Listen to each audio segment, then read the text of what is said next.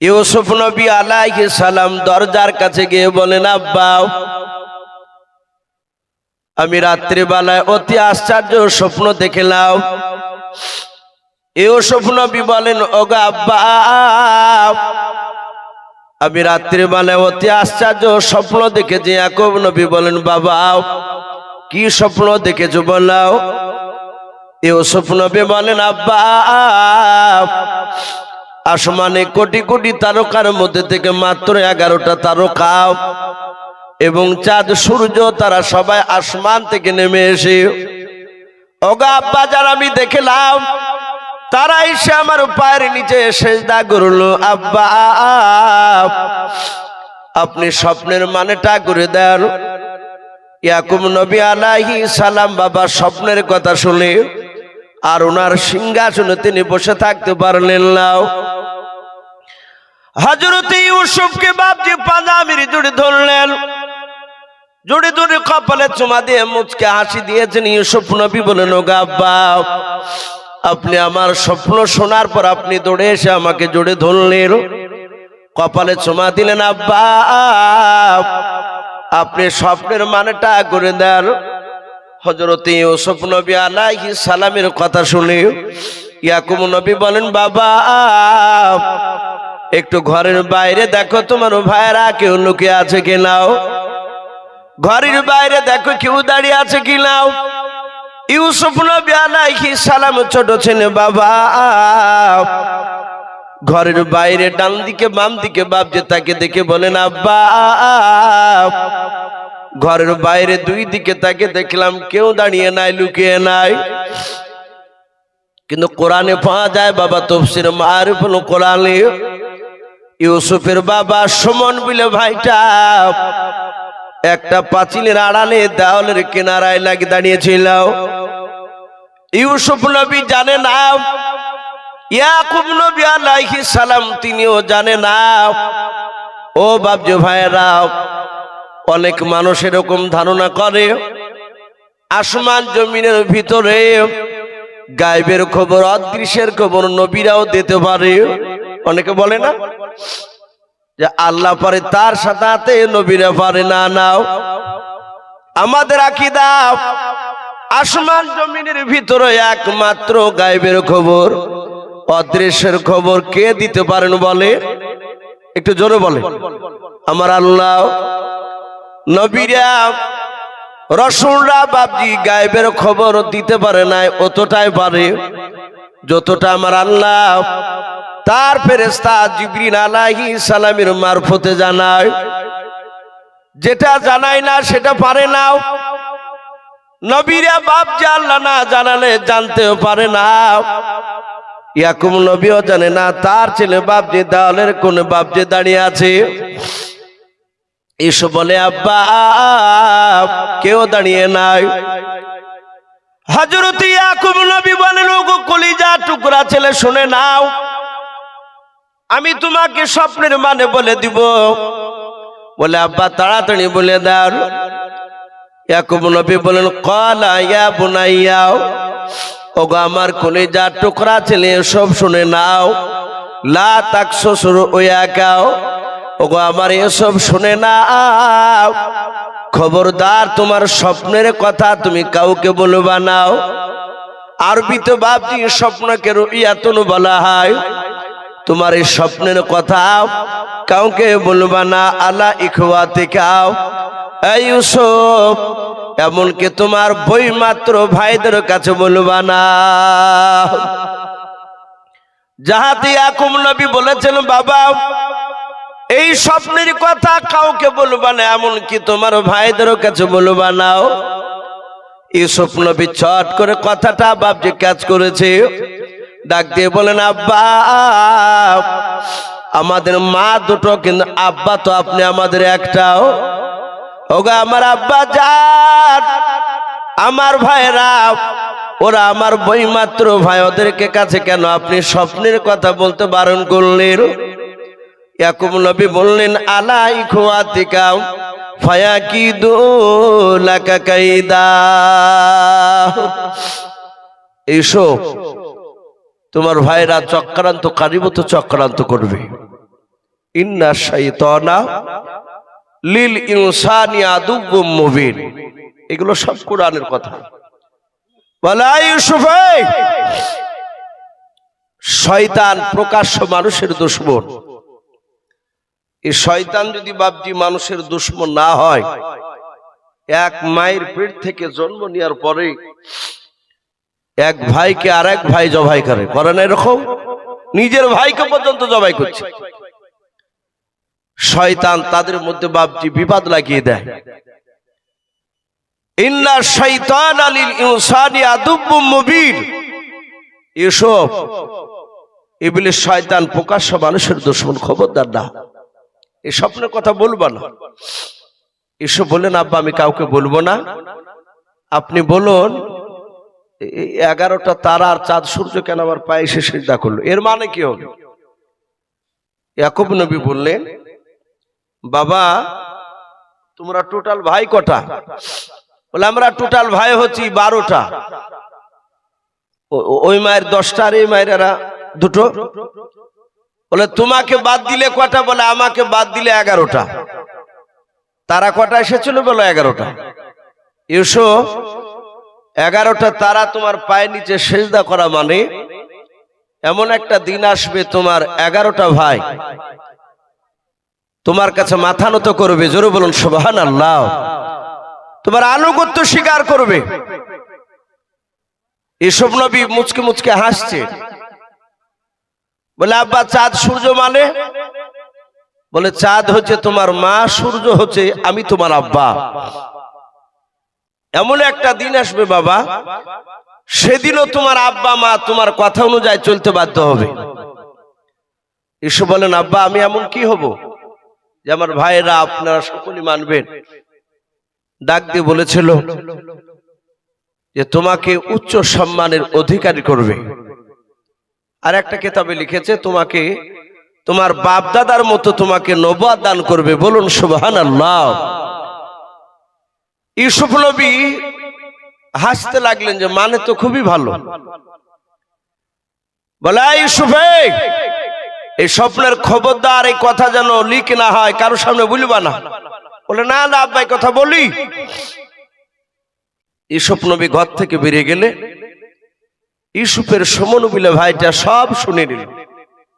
ইউসুফ জানে না যে আমার স্বপ্নের কথা আমার ভাই শুনে নিয়েছে। ইউসুফের ভাইয়েরা এই সমনবিলে ভাইটা তার ভাইদেরকে ডাকলো, ওগো আমার ভাইয়েরা, আমরা যে এক মায়ের পেটে আমরা 10টা ভাই একত্রিত হয়ে জমা হয়েছে। বড় ভাই আহুদ বলছে, ভাই কি ব্যাপার, কি কথা বলবি বল। সুমন বলছে, ভাই এখানে দেখো তিনি বনিয়ামিন আছে কিনা। বলে কেন? বলে ও থাকলে বলা যাবে না। তাকে দেখলো বনিয়ামিন বসে আছে। বলে ভাই ওকে উঠিয়ে দাও। ওকে উঠিয়ে দেওয়া হলো। ইউসুফ যদি ছোট হয়, তার চেয়ে ছোট আরো 3 বছর, আরো বাচ্চা ছেলে। উনি গুরুত্ব দিলেন না যে আমাকে কেন তুলিয়ে দিলেন। তা 10 ভাই তার একসঙ্গে বসে আছে, ইউসুফের ভাই আর নাই, তাকে তাড়িয়ে দিয়েছে ওখান থেকে। বলে ভাই বলো এত ইমার্জেন্সি কেন ডাকলে? সুমন বলছে, ভাই ইউসুফ ভাইয়ের আজকে স্বপ্নের খবর শুনেছে। বলে না তো, কিন্তু ভাই প্রথমে আমাদের ঘরে আজ আসেনি, আব্বার ঘরের দিকে গিয়েছিল তাই শুনলাম। সুমন বলছে, ওই কথা বলার জন্যই তো ডাক দিয়েছি। আমি আড়াল থেকে শুনেছি ইউসুফ স্বপ্ন দেখেছে, স্বপ্নের মানে আব্বা করে দিয়েছে ইউসুফ নাকি নবী হবে। জানো যাহাতে কথাটা বলেছে ইউসুফের বড় ভাই, ওই সুমনের যে বড়, সে মুচকে হাসি দিয়ে বলছে, ভাই ইউসুফ যদি নবী হয় এটা তো আমাদের আনন্দের বিষয়। বলে কেন? বলে আমাদের মা দুটো হতে পারে, আব্বা তো একটাই, ও আমারই তো ভাই। সুমন তার মাথাতে শয়তানে কাজ করছে। সুমন বলল, ভাই ইউসুফরা সংখ্যায় বেশি না আমরা সংখ্যায় বেশি? বলে আমরা 1 মায়ের 10 ভাই, ওরা 1 মায়ের 2 ভাই। সুমন বলল, আমাদের এতগুলো ভাইয়ের মধ্যে আমরা কি নবী হতে পারবো না? এটা হতে দিব না আমরা। ও কেমন করে নবী হয় ওটা দেখবো। এবার সুমন এখানে আর উস্কেনি দিচ্ছে তার ভাইদেরকে। ওগো ভাই, আমরা দেখেছি আব্বা সবচেয়ে ইউসুফকে বেশি ভালোবাসে। আমাদের অনেক বাপ এরকম নাই, 4টে ছেলে আছে, তার মধ্যে একটা ছেলেকে 3টে ছেলে চেয়ে বেশি ভালোবাসে। বাসে কি বাসে না? কথা বলে বাসে। এতে আবার ওই 3 ভাইয়ের বোরা বা হিংসা করে। বাপজি, ভালোবাসাটা এটা ব্যক্তিগত ব্যাপার, সমান ভাবে হবে তা নয়। একটা ছেলের উপর বেশি পড়তে পারে, তাই বলে জমি জায়গা বাপজি ভালোবাসি বলে বেশি, ও 1 ছটাক জায়গা যদি বাপজি বেশি দিয়ে দেয় বাপ, ছেলের অনুমতি ছাড়া, তাহলে সে বাপকে জাহান্নামে যেতে হবে। অংশ ভাগ করবেন তখন সে কানা ন্যাংরা নুড়ে থাকলো সমান। আর এমনি ভালোবাসাটা হতে পারে আলাদা, যেহেতু নবীর বাপজি ভালোবাসা তার ইউসুফের উপর বেশি ছিল। তো বললো আব্বা ইউসুফকে বেশি ভালোবাসে। ভাই আরো লক্ষ্য করেছো? বলে কি? বলে গোটা গ্রামের লোক সবাই ইউসুফ ইউসুফ করে পাগল, আমাদেরকে দেখতে পারে না। ইউসুফের নাকি কথাবার্তা সবই নাকি বলে মিষ্টি লাগে, এরা বলছে সব কথা। তো বললো ভাই, সুমন যুক্তি দিচ্ছে তার ভাইদেরকে, 9 ভাইকে। বলো ভাই, উকতুলু ইউসুফা আবিতরাহুহু আরযাইয়াকুলু লাকুম আজহু আবিকুম তাকুনু মিন বাদিহি কওমান সালিহিন। এটা কোরআন শরীফে এসেছে। এর মানে হচ্ছে ওই যে সুমন ভাইটা বললো ভাই আমরা ইউসুফকে যদি উকতুলু কতল করে দিতে পারি, জবাই করে দিতে পারি, তাহলে ইউসুফ মারা যাবে। ইউসুফকে যে আব্বা ভালোবাসত, সে ভালোবাসাটা আমাদের দিকে ভাগ হবে, কিছুদিন পর আমাদেরকে ভালোবাসবে। আর ইউসুফ নবী হতে পারবে না, আবার তার সাথে হাতে ইউসুফের ভালোবাসা আমাদের দিকে আসবে। আব্বা বড় ভাই আহুদ বলল, ভাই কথা নাহি মানলাম তোর, ইউসুফকে মারবো, কিন্তু তো সহজ নয়। বলে কেন? বলে আমার আব্বা জান ইউসুফকে একটি বেলা চোখের আড়াল করে কোথাও যেতে দেয় না, মারবি কেমন করি? সুমন বলল ভাই ও প্ল্যান করে রেখেছি। কি করে? বলে ইউসুফ বাচ্চা ছেলে, অতটা বুঝে না, ওর ভিতরে ঘোর প্যাস নাই। ওগো ভাই, ইউসুফকে চলো আমরা মাঠে ছাগল চড়াতে নিয়ে যাবো বলে আগামীকাল সকালবেলা মাঠে নিয়ে যাবো। ছলে বলে কৌশলে মাঠে নিয়ে যেতে পারলি তাকে জবাই করে দিল। বলে তাই হবে। ইউসুফকে ডাকলো, ডেকে বলল ভাই মাঠে একদিন গেলে আর কোনোদিন বাড়িতে বসে থাকবে না, মাঠে গেলে শরীর স্বাস্থ্য ভালো হবে। ইউসুফ নবী বললেন আমার আব্বা আমাকে যেতে দেয় না। বলে আব্বার কাছে অনুমতি চাইবা, আব্বা যদি যেতে না দেয় তাহলে আব্বার কাছে কাঁদবা, তুমি কাঁদবা, বাকিটা আমরা দেখে নেব। সকালবেলা বাপজি ইউসুফের ভাইরা তার আড়ালে আছে, আর ইউসুফ তার আব্বার কাছে গিয়ে বলে আব্বা আমি আজকে সকালবেলা ভাইদের সাথে মাঠে যাব। ইয়াকুব নবী আলাইহিস সালাম বলেন ওগো আমার ছেলে, আমি তোমার হাত ওখানা ধরে বলি বাবা তুমি মাঠে ছাগল চড়াতে যেও নাও। ওরে বাবা ওসব, তুমি চলে গেলে আমি বড্ড কষ্ট পাবো, আমি তোমাকে ছাড়া থাকতে পারি না। ইউসুফ নবী কান্না শুরু করে দিল, কারণ তার ভাইরা বলেছিল ভাই ইউসুফ শুনে নাও, আব্বার কাছে অনুমতি চাইবাও, আব্বা যদি অনুমতি না দেয় ওই জায়গায় তুমি কান্না শুরু করবা, বাকিটা আমি দেখে নেব।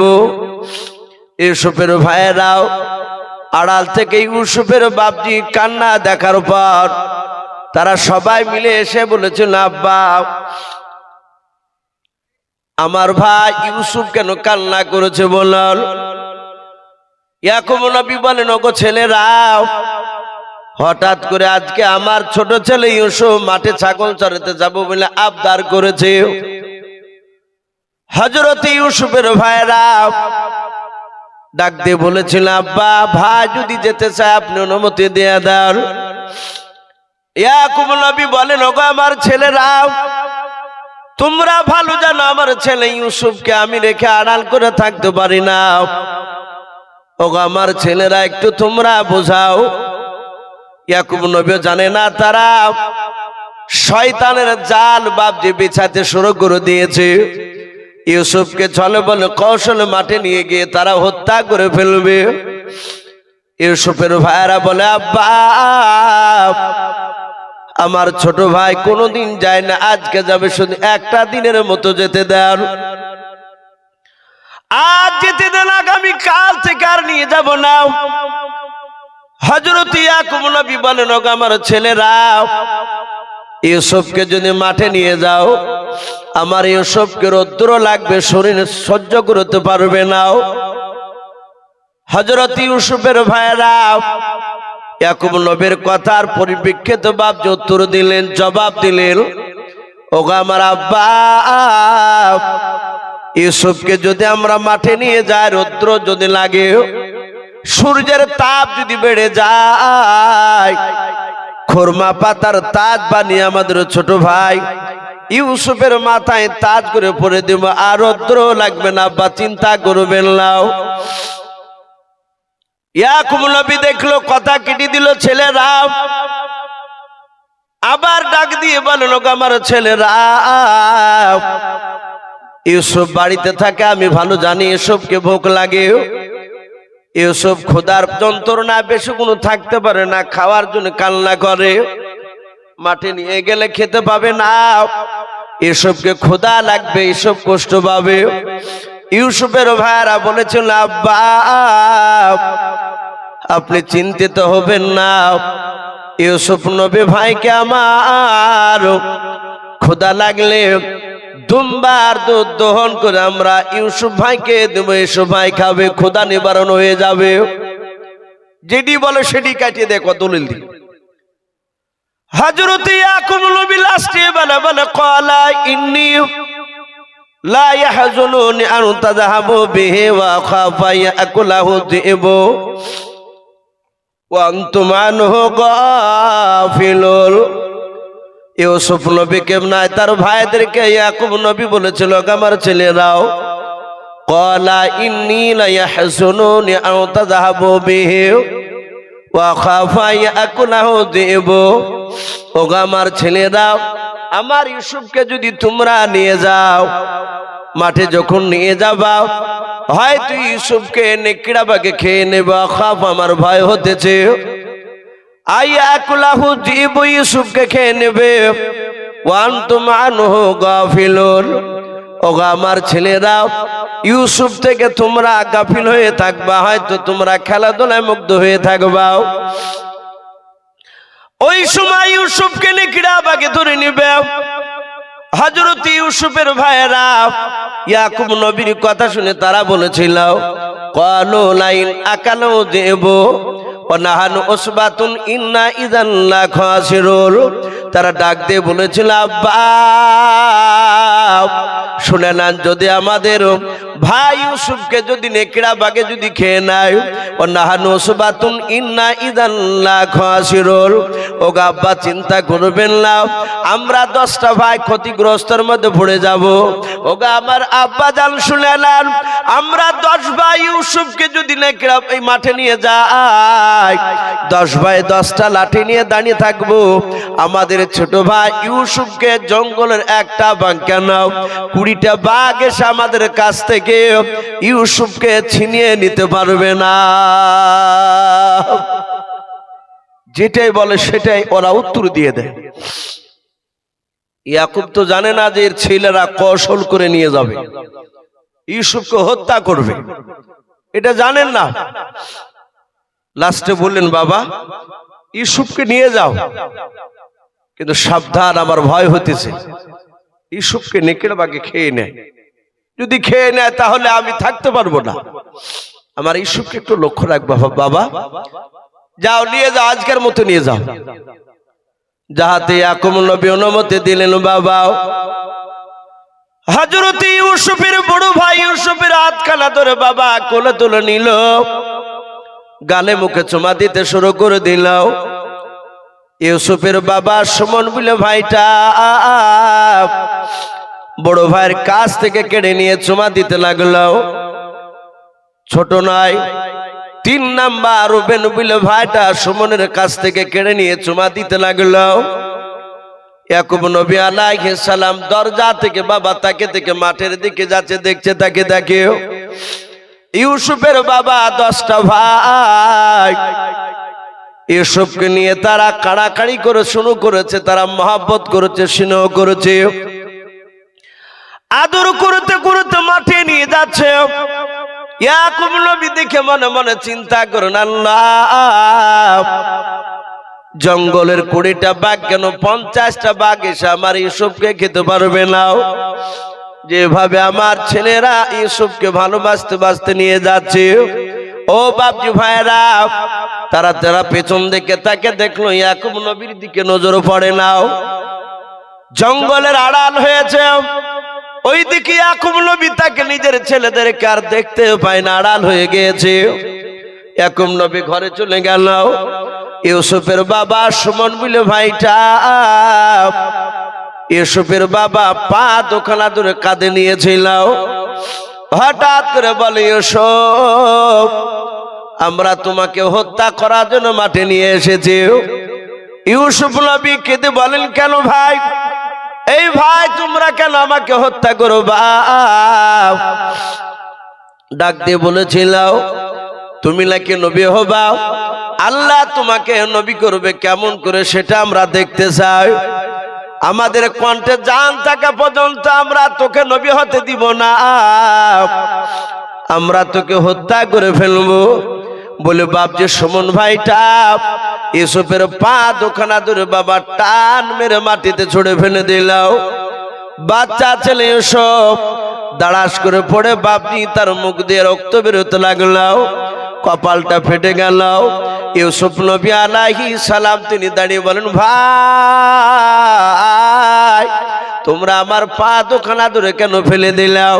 আমার আব্বা বলেছিল আমার ইউসুফকে নিয়ে যেও, আমার ইউসুফকে নিয়ে বাগে খেয়ে নিবে, আর তোমরা সেখানে কেঁদে কেঁদে বলেছিলাম, আব্বা 20টা বাঘে ইউসুফকে কেড়ে নিতে পারবে না, ইউসুফকে রোদ্দুর লাগলে খুরমা পাতার তাজ বানিয়ে দেব, ইউসুফকে ক্ষুধা লাগলে দুম্বার দুধ দহন করে খেতে দেব। ওগো আমার ভাইরা, দুধ খেতে দেওয়া তো দূরের কথা, তোমরা আমার পা দোখানা ধরে জমিনে ফেলে দিলাও। ওগো আমার ভাইরা, আমাকে কেন ফেলে দিলাও? বলে তোকে আমরা মেরে ফেলবে, বেঁচে রাখবো না। এই কথাটা বলে বাবা তারাও ইউসুফের ভাইয়েরা সোজা তারা গভীর জঙ্গলের দিকে দৌড়ে চলে গেল। ইউসুফ নবী বলেন, ভাই দাঁড়াও, আমি ছোট্ট ভাই তোমাদের কাছ থেকে শুনে না অনেকটা দূরে পড়ে আছি, আমি লড়তে পারি নাই, কারণ তোমরা আমাকে পা দোখানা ধরে আছাড় মেরেছো মাটিতে, আমার পায়ে লেগেছে, মুখে লেগেছে, মাথায় লেগেছে। ওগো আমার ভাইরা, তোমরা আমাকে ফেলে দিয়ে কেন জঙ্গলে দৌড়ে যাও? ইউসুফ দাঁড়িয়ে থাকলে মনে হয় তার ভাইরা ফিরে আসবে। কোরআন শরীফে তাফসীর মারফুল কোরআনে পাওয়া যায়, ইউসুফের ভাইরা আরো গভীর জঙ্গলে বাপজি তারা প্রবেশ করলাম, করার পর তারা 10টা ভাই 10টা জঙ্গল থেকে বাবা গাছের ডাল ভেঙে নিয়ে আসলাম।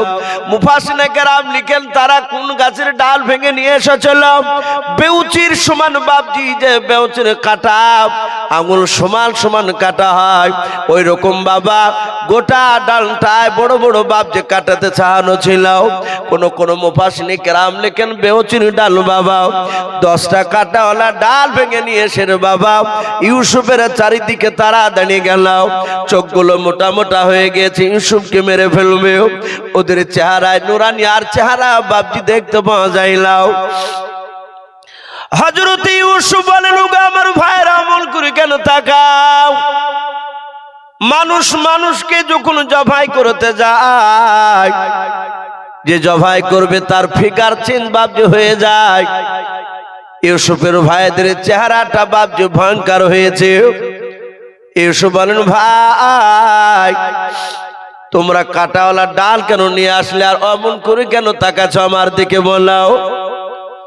সমান বলল, তার অন্য ভাইয়েরা বলল, ইউসুফ তোকে আল্লাহ কেমন করে নবী করে তা আমরা দেখতে চাই। এ হাতে কাটাওয়ালা ডাল দেখতে পাচ্ছিস? বলে হ্যাঁ, এই ডাল দিয়ে তোকে মেরে মেরে দুনিয়ার বুক থেকে তোকে হত্যা করে দেব, আব্বা জানতে পারবে না।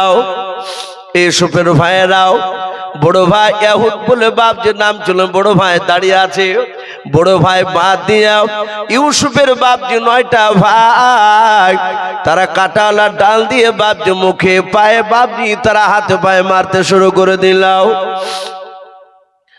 ইউসুফ মাটিতে লুটালুটি করে, পা দুখানা ভাইদের ধরে আর বলে, ভাই আমাকে মেরো নাও, আমাকে আব্বার কাছে নিয়ে চলাও, আমি আর নবী হব না। ভাই আব্বাকে বলবো, আব্বা আল্লাহর কাছে আপনি দোয়া করুন আমার নামটা কেটে দিয়াও, তোমাদের 10টা ভাইয়ের মধ্যে যেন একটা ভাইকে যেন নবী করে দেয়, আর আমাকে এইভাবে তোমরা মেরো না, সহ্য করতে পারি না। ওগা আমার ভাইয়েরা, আমি যে তোমাদেরই ছোট ভাই, মহাব্বতের ভাই। হযরত ইউসুফের ভাইয়েরা 9টা ভাইয়ের বাপ যে কারো রহম হলো না, দয়া হলো না। ইউসুফ তাকে দেখেন, তার বড় ভাই ইয়াহুদ বলে ভাইটা বাপ যে কাটাওয়ালা ডাল নিয়ে দাঁড়িয়ে আছে, মারে নাই। হযরত ইউসুফ বড় ভাই ইয়াহুদের পা দুখানা জুড়ে ধরে বলেন, ভাই আমার কথা তোমার ভাইরা কেউ শুনে নাও। ওগো বড় ভাই, আমার মনে হয় তুমি বারণ করলে তোমার কথা শুনবে। ও ভাই আমি আর সহ্য করতে পারি না। ইয়াহুদের বাপজি রহম হয়ে গেল এসবের কান্না দেখে। ইয়াহুদ মনে মনে চিন্তা করেন, আল্লাহ আমার এসব ভাইয়ের কোনো দোষ নাই, একটা অপরাধ। স্বপ্নের কথাটা তারা আব্বার কাছে বলাও। হযরত ইয়াহুদ মনে মনে চিন্তা করল, আল্লাহ আমরা যদি আমাদের ছোট ভাইকে এইভাবে যদি কাটাওয়ালা ডাল দিয়ে মারতে মারতে যদি আমরা হত্যা করে দিই, দুনিয়ার বুক থেকে যদি বিদায় করে দিই আমার ভাই ইউসুফকে, তাহলে আমরা সকলেই আমরা হত্যাকারী হয়ে যাব। আমার আব্বা বলেছেন হত্যাকারীরা তারা কোনোদিন জান্নাত দিতে পারবে না। অন্যায় করে আমরা ইউসুফকে মেরে হত্যাকারী হয়ে যাব না, আমরা জাহান্নামে যাব না, কারণ আমরা নবীর ছেলে। হযরত ইয়াহুদ বাবা আল্লাহর কাছে ডেকে বলেন, আল্লাহ তুমি যুক্তি বুদ্ধি দাও। হযরত ইয়াহুদ বলে, আমার ভাইরা, ক্বালা কাইলুম মিনহুম লা তাকতুলু ইউসুফা ওয়ালকুহু ফি গায়াবাতিল জুব্বি ওয়ালতাকিতুহু বা'দু সাইগারাতিন কুনতুম ফাইলিন। ইয়াহুদ বলেছিল, আমার ভাইরা, ক্বালা কাইলুম মিনহুম লা তাকতুলু ইউসুফা, খবরদার ইউসুফকে তোমরা জবাই করো না, হত্যা করো না, মেরে ফেলো না।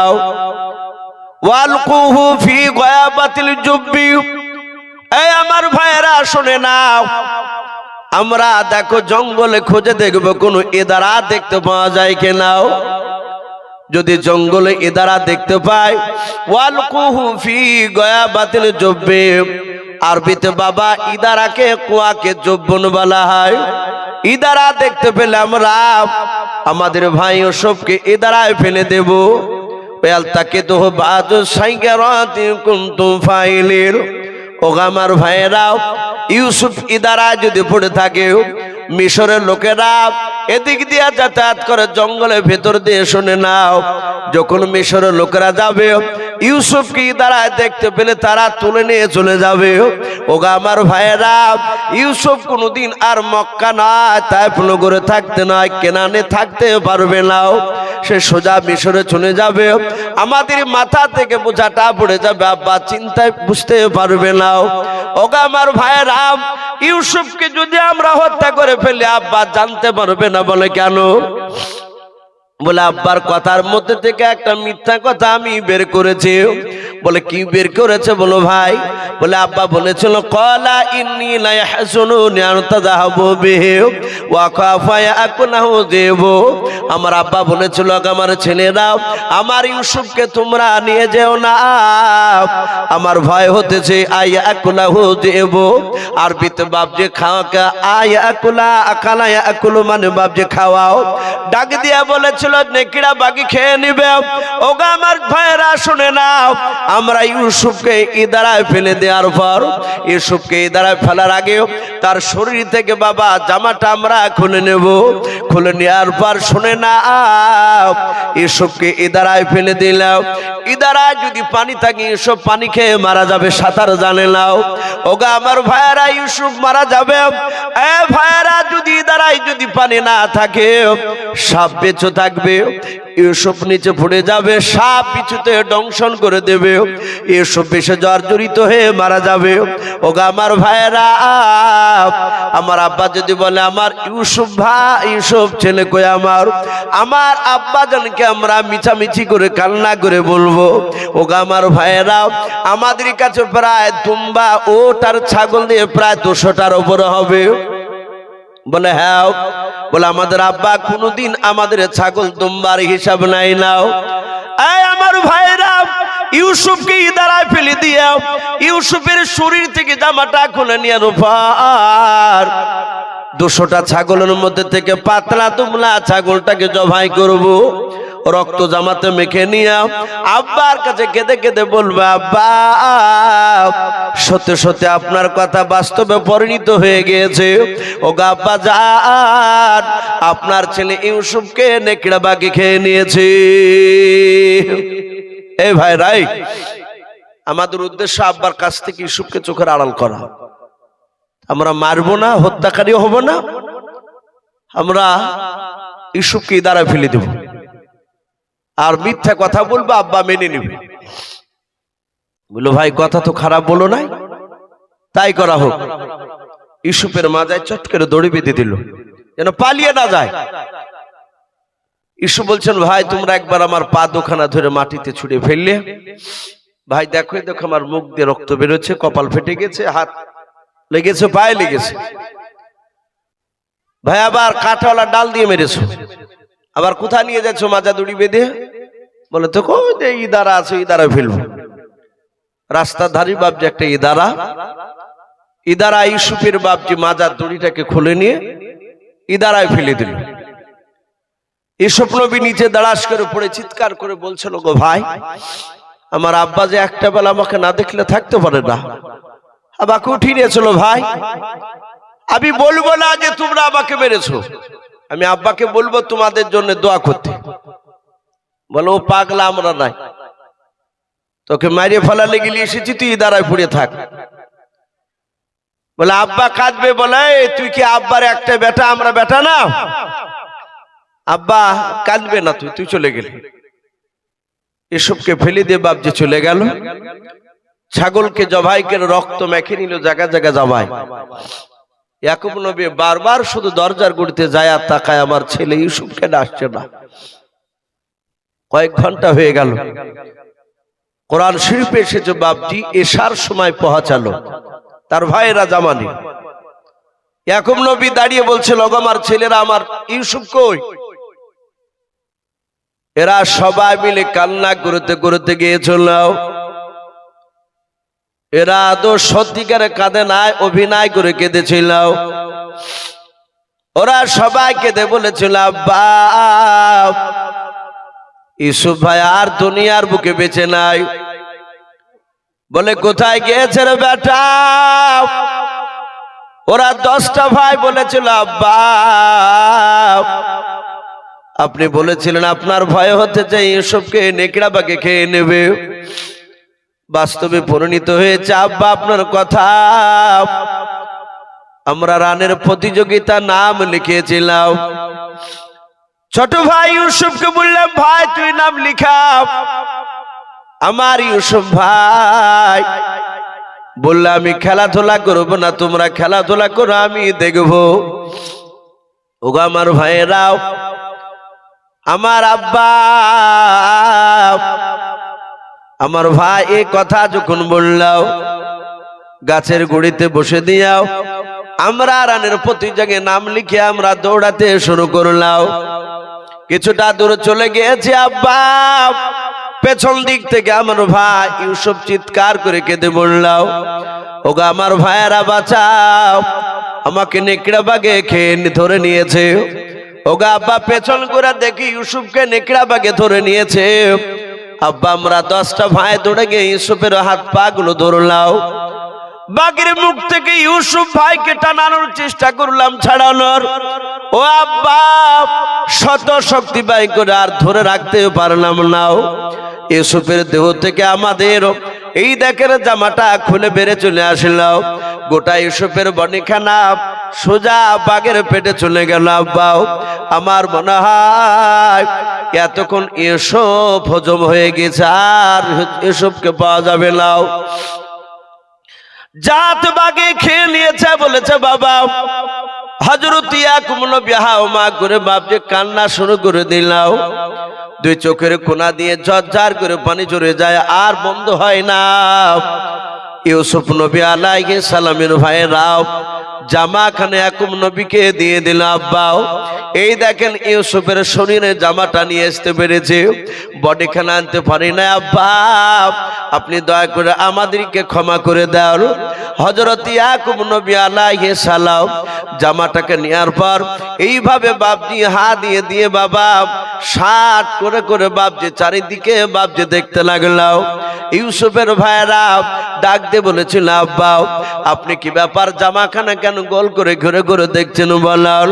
হযরত ইয়াকুব নবী কাঁদেন আর বলেন, ওগো আমার ছেলেরা, আমার মনে হয় যে বাঘটা জঙ্গলের আমার ইউসুফকে খেয়ে নিয়েছে, ওরে আমার ছেলেরা, আমার মনে হয় ওই বাঘটা কোনো মূর্খ বাঘ নয়, শিক্ষিত বাঘ। সুমন বলে, আব্বা কারণ সুমন বড্ড চালাক, ইউসুফকে মারার চক্রান্তর জাল বুদ্ধি নিয়েছিল বাবা সুমন। সুমন স্বপ্নের কথা শুনেছিল, তাই ভাবছে তার গাটা জ্বলে গিয়েছিল। সুমন বুঝতে পেরেছে আব্বা আমাদের চালাকি ধরে ফেলেছে। আব্বা মনে হয় অন্তর থেকে বিশ্বাস করে না।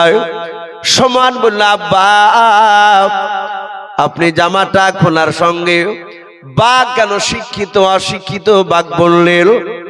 বলে, বাবা আমার মনে হয় যে বাঘটাতে আমার ইউসুফকে খেয়েছে বাঘটা জ্ঞানী বাঘ, মূর্খ বাঘ নয়।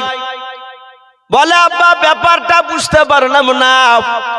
বলে, বাবা আমার মনে হয় ইউসুফকে যখন ধরে খাচ্ছিল, ধরার পর ইউসুফকে বাঘে খাওয়ার আগে তার শরীর থেকে মনে হয় জামা খুলে দিয়েছিল বাঘে।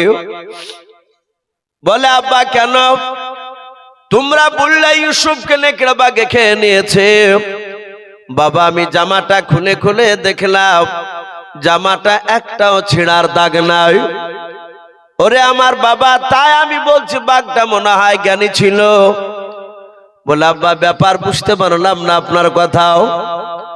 ডাক দিয়ে বলে, বাবা ইউসুফকে যদি নেকড়া বাঘে যদি ধরে খায়, জামা এভাবে অক্ষত জামা পাওয়া যাবে না, জামা ছিঁড়া থাকবে, হামচা মারবে, ছিঁড়বে, বাঘের নখের দাগ থাকবে।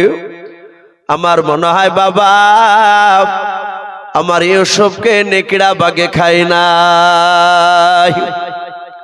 বলে, আব্বা আপনি রক্ত দেখে কি বুঝতে পারেন নাই? হযরত ইয়াকুব নবী এইভাবে নাকের গুড়ি রুমাল টানায় বাবা জামাটা শোনার পর বলেছিল, আব্বা আপনি রক্ত জামা কেন আপনি মুখে মাখলেন, শুনলেন বলেন?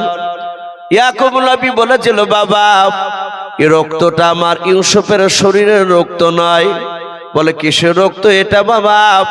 গন্ধ পাওয়া যাচ্ছে ছাগলের রক্ত। বলুন সুবহানাল্লাহ।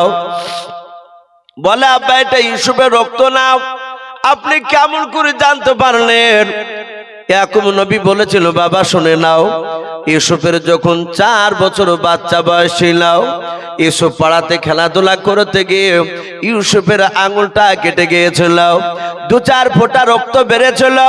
ইউসুফ নবী আব্বা আব্বা করে কাঁদতে কাঁদতে দৌড়ে এসে বলেছিল, আব্বা আমার এই দেখেন আঙুলটা কেটে গিয়েছে।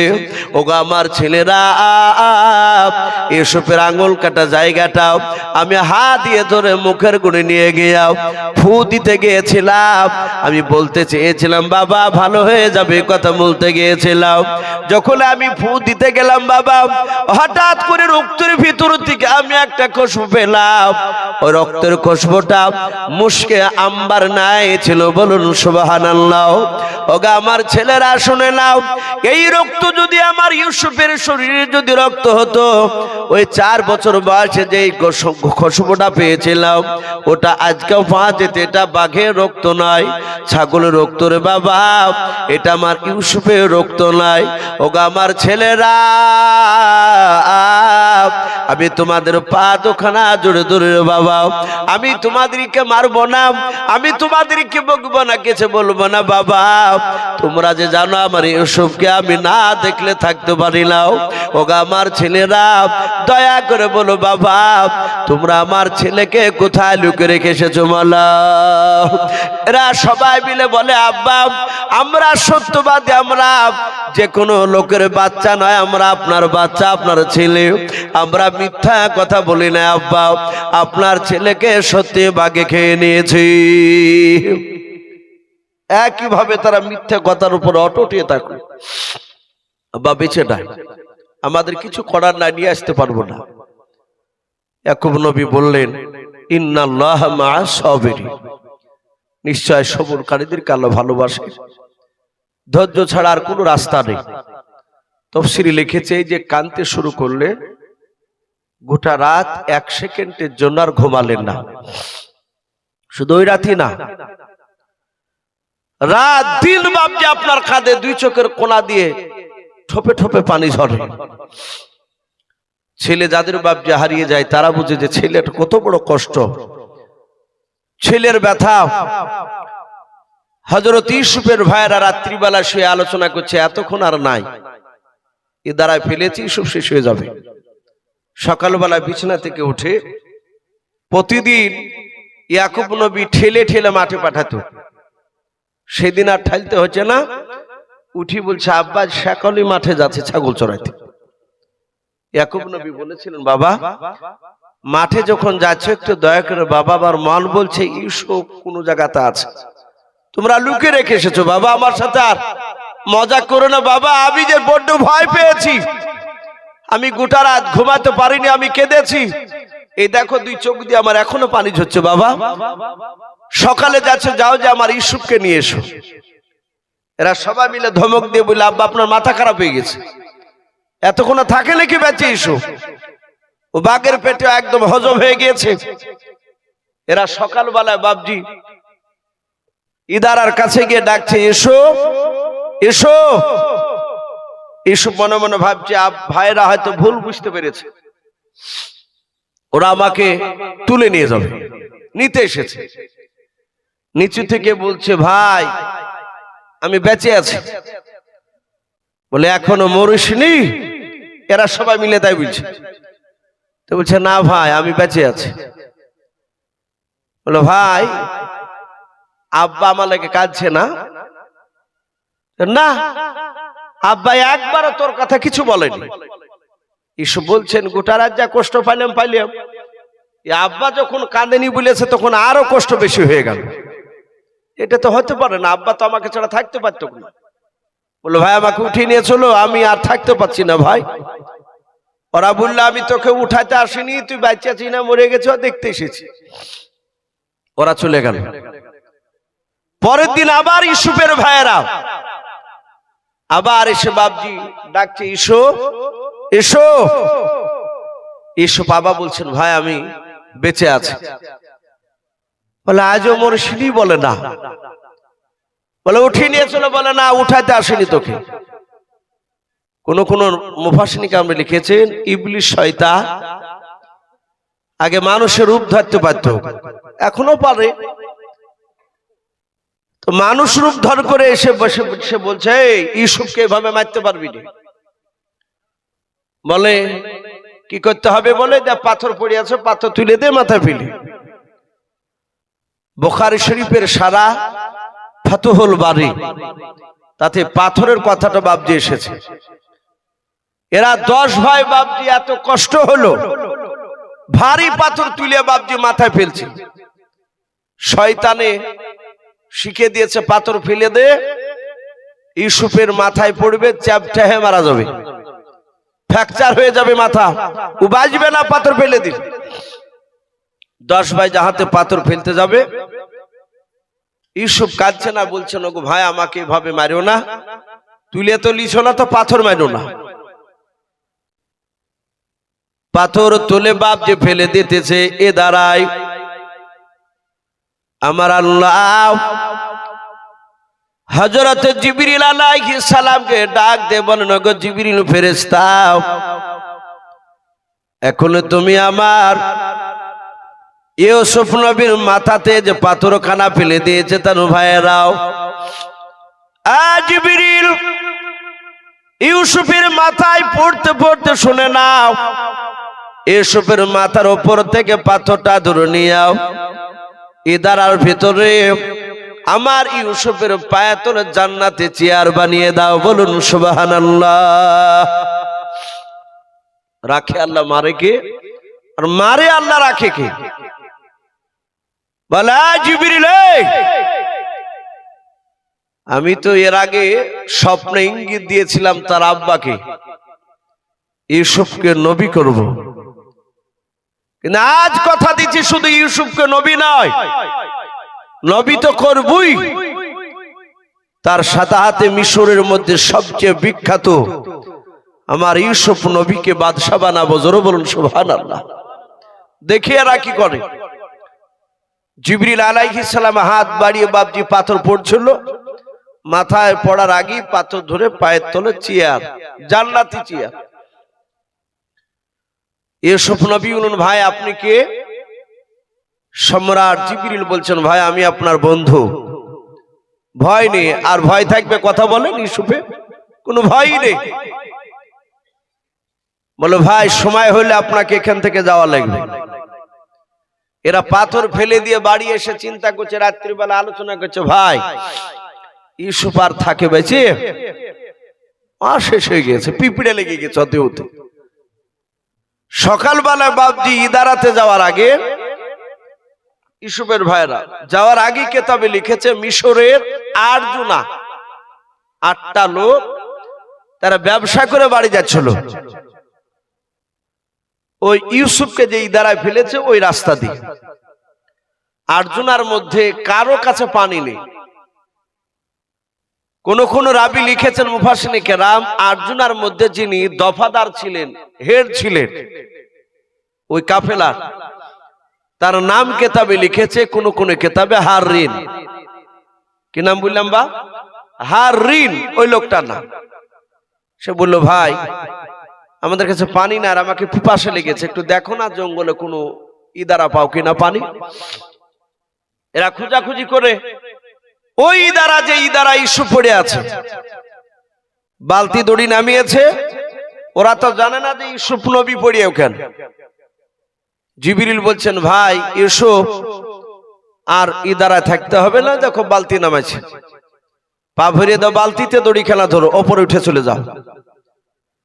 এরা দেহর তুলচার দেখছে একটা সুন্দর ফুটফুটে বাচ্চা। এরা যাই হোক তুলে ইদারা থেকে একটু দূরে নিয়ে গিয়ে বাপজি তারা বসেছে, আরো যে 6টা ভাই ছিল বন্ধু, তারা সবাই মিলে বাপজি ইউসুফকে মাঝখানে বসে দিয়ে শুধু চেহারা দেখছে। ওদের লাইফে এরকম চেহারা মান ছেলে দ্বিতীয় দেখেনি বাপ, এই প্রথম দেখছে। এরা ভাবছে যে মানুষ না অন্য জাতি, এত চেহারা। আর ইউসুফ টুকটুক করে ওদের সবারই দিকে তাকাচ্ছে, কেউ কথা বলছে না। হঠাৎ করে ইউসুফের ভাইয়েরা এসে বাপজি ইদারা ডাকছে, ইউসুফ ইউসুফ, ও থাকলি তো উত্তর দিবে। রবিন বিলে ভাইটে বলছে ভাই রে এই দাঁড়ায় না রে, ওই দেখ রে ভাই, ওই দেখ ওখানে মানুষের কাছে বসে। ও দেখতে পেয়েছে ওরা, তাকে দেখছে তো সত্যি ইউসুফই। এরা দৌড়ে চলে গেল। 10টা ভাই যে দৌড়ে বলে ওই মিশরের লোকদেরকে, একে কোথায় পেলে? হাজার হইলে তো তারা বিদেশে মানুষ, কেনানে, মিশর থেকে এসেছে। এরা ভয় থরথর করে কাঁপতে কাঁপতে বলল, ভাই আমরা এই ছেলেটাকে ইদারা পেয়েছি, এটা কে তোমাদের? এরা মিথ্যে করে বলল, আমাদের বাড়ির গোলাম, চাকর। বলুন আস্তাগফিরুল্লাহ। ইউসুফ ঠুট লড়ে বলতে চাচ্ছিলেন যে আমি ওদের গোলাম নয়, ওদের আমি ভাই। এই সত্য কথা বলতে যাবে, আর মানে সুমন দেখলে তো বলে ফেলবে। আর অমনি বলে, এই গোলাম, চুপ কর, এই যদি ঠুট খসাস তাহলে তোর পা দোকানে ফেড়ে ফেলবো ধরি। ইউসুফ দেখলে এদের দ্বারা সব সম্ভব। এর একবার পা ধরে আমাকে আছাড় বেড়েছে, কাটাওয়ালা ডাল দিয়ে মেরেছে, তারপরে ক্ষান্ত হয়নি, আমাকে টেনে নিয়ে সেই দাঁড়ায় ফেলেছে। তারপরে তাদের মনের আশা মিটেনি। লাস্টে তারা তার 4 দিনকার দিন পাথর তুলে আমার মাথায় ফেলেছিল। এরা মারি ফেলতে পারে হয়তো, চুপ করে থাকা ভালো। দেখি এরা কি করে। মিশরের লোকেরা বলল, তোমাদের বাড়ির গোলাম, তাই ই দাঁড়ায় পড়ে কেন? এরা যুক্তি খাড়া করে বলল, পাকা খোয়াল কাজ করে না, রাত্রিবেলা পালিয়ে আসতে গিয়ে গড়তে ঠিক পায়নি, পড়ে গেছে দাঁড়ায়, একে বিক্রি করবো নিবা, অলস গোলাম আমার বাড়িতে রাখবো না। এরা সবাই তাই বলল। ইউসুফ দেখলো আর পরিচয় দিয়ে লাভ নাই, এদের কাছ থেকে পালাতে পারলো, আমি বাঁচি। এরা যা করছে আমাকে তো মেরে ফেলবে। এরাও দেখলো এরা যা চেহারায়, মিশরও তো গোলাম কেনা বেচা হয়, এই কাজ না করুক, আর ফিগারে বিক্রি হয়ে যাবে প্রচুর টাকায়। বলে, ভাই কত টাকা নিবা? আমরা নিব। তো বলে, তোমাদের যা হয় তাই দাও। কোরআন শরীফে বাবজি এসেছে দারাহিমা মাদুদা। যারা হাফেজ মানুষ, যারা কোরআন পড়ে, এই কোরআনের শব্দগুলো দেওয়া আছে। দারাহিমা মাদুদাত মানে চাঁদের হাম। মুফাসসিরিন কেরাম লিখেছেন 20 টাকা বিক্রি করে দিলে। ছিল ভাই ওরা কটা? 10টা। এরা 2 টাকা করে ভাগ করে নিয়ে বলল, ভাই আর চিন্তা নাই, একে কিনে নিয়ে চলে গেল, গোলাম বানিয়ে দিয়েছি। মিশরে যে বিক্রি হবে, এরা বিক্রি করবো বলল। যে নিবে তাই সে তো নিয়ে আর পায়ে ধূপ দিবে না, এর পায়ে পানি ঢালবে না, ওকে হাড় ভাঙা পরিশ্রম করতে হবে ওই জায়গায়। যে ও খাটতে খাটতে শেষ হয়ে যাবে, ও আর এখানে আমাদের মিশরে জীবন আসতে পারবে না কেনান আব্বার কাছে। কিন্তু ওর বাপ কাঁদে, ইয়াকুব নবী কান্না বন্ধ করেনি। মিশরের লোকেরা ইউসুফ নবী আলাইহিস সালামকে কেনান থেকে বাপ জাহাজ দোকানা ধরে হেঁটে হেঁটে নিয়ে যাচ্ছে। আর জোনায় তারা ঘুরে ঘুরে ইউসুফের বাবা চেহারা খানা দেখে, একবারও বাবা তার নাম জিজ্ঞাসা করে নাই। হযরত ইউসুফকে কেনান শহর থেকে বাবা মিশর শহরে নিয়ে গেল। বাবা একটিবারও জিজ্ঞাসা করলো না, বাবা তোমার নাম কি? এখন আপনাদের প্রশ্ন হতে পারে, কি করে হতে পারে? এতটা লম্বা রাস্তা নিয়ে গেল, তার নামটা একবারও জিজ্ঞাসা করলো না। মিশরের লোকেরা কোন গোলামকে বাবা তার নাম জিজ্ঞাসা করতো না। ওদের সে সময়কার আইন ছিল, কোন গোলামকে যদি কেউ যদি বাপজি নাম জিজ্ঞাসা করে, যারা করবে তাদের সম্মানের হানি হবে, মর্যাদা কমে যাবে। এইভাবে বাপজি কেউ জিজ্ঞাসা করে না, সবাই গোলাম বলে ডাকে। মিশরে বাবা যেখানে মানুষ কিনা বেচা হয় সেখানে নিয়ে গেল। গোলাম ইউসুফ নবী যাওয়ার আগে 373টা নয় বাবা 70টা গোলাম রাখা ছিল।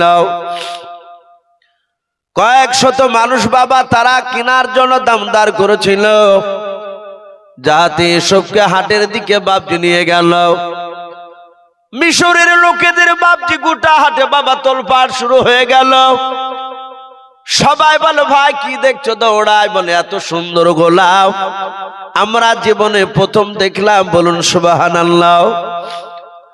হাটে বাবা হাজার হাজার লোকেরা সবাই তারা ভিড় লাগিয়ে দিয়েছে ইউসুফকে বাবা দেখার জন্য, গোলামকে দেখার জন্য। বাবা সবাই মিলে বাপজি কেনার জন্য বাপজি প্রতিযোগিতা শুরু হলো। একজন ব্যক্তি বললে আমি 500 দিরহাম টাকা দিব, আর একজন 5 থেকে বললে আমি 1000 দিরহাম দিব, আর একজন বলল 1500, আর একজন বলল 2000। একজন বলল ভাই এই গোলামকে হাটে যত লোকে দাম করবে তার চেয়ে আমি 5000 টাকা বেশি দেব।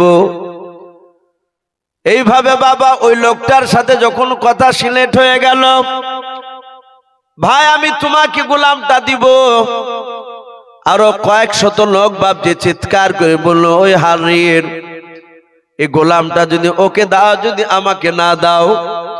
আর একজন বলে আমাকে যদি না দাও, ওকে যদি দাও, ভাই হাট থেকে বেরাও, তোমার খবর আছে জানের। ওই মিশরের 8 জুলাই তারা চিন্তায় পড়ে গেল, এই গোলামকে আর বিক্রি করা যাবে না। জান নিয়ে টানাটানি শুরু হয়ে গিয়েছে। গোলাম বাবা ইউসুফ নবী দাঁড়িয়ে আছে, মিশরের কোন লোক ভাবছে তারা নাম জিজ্ঞাসা করে নাই।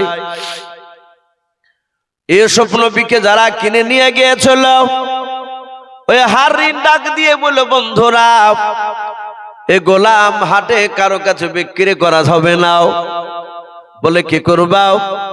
এই গোলামকে আমাদের দেশের সম্রাট মিশরের যিনি বাদশাহ বাবা, তার নাম তাফসীরে মারফুল কোরআনে এসেছে বাদশাহ আজিজ। কি নাম বললা? বাদশাহ আজিজ।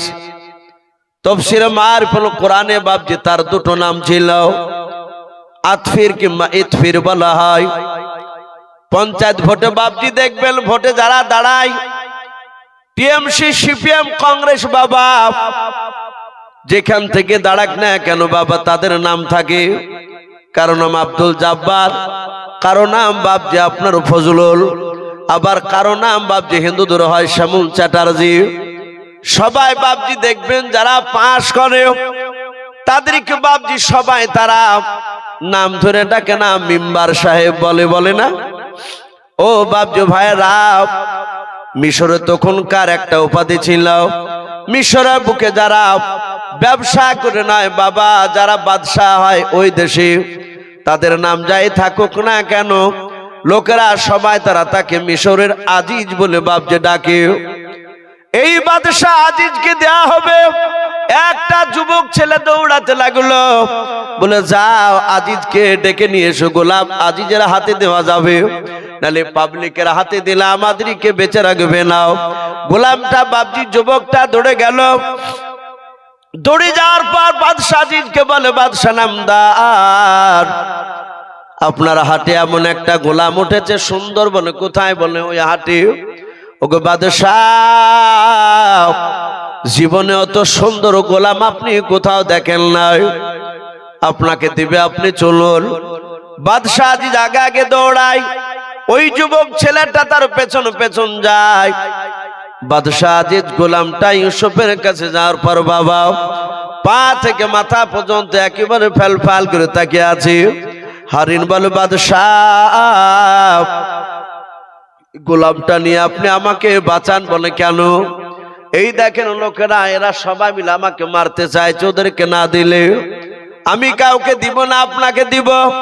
বাদশাহ আজিজ বলে, ভাই এই গোলামটার কত টাকা দাম নিবে তুমি বলাও। আজিজকে বলল, বাদশাহ দারাহিমা মাদো দাতা, আমি কিছু টাকাতে কিনে নিয়ে এসেছি, হয় আপনি আসল টাকা দেন, নতুবা টাকা লাগবে না, আপনি নিয়ে যান, বাঁচান আমাকে। বাদশাহ আজিজ বলেছিল, ভাই এই ছেলেটার পা থেকে মাথা পর্যন্ত আমি তাকে দেখলাম, এর যা সৌন্দর্য শুনে নাও, আমি যা দেখলাম গোটা পৃথিবী বিক্রি করে এর মূল্য হবে না। বলুন সুবহানাল্লাহ। নবীদের মূল্য হবে, কথা বলে। বলে বাদশাহ তাহলে কি ছেলে বিক্রি হবে না?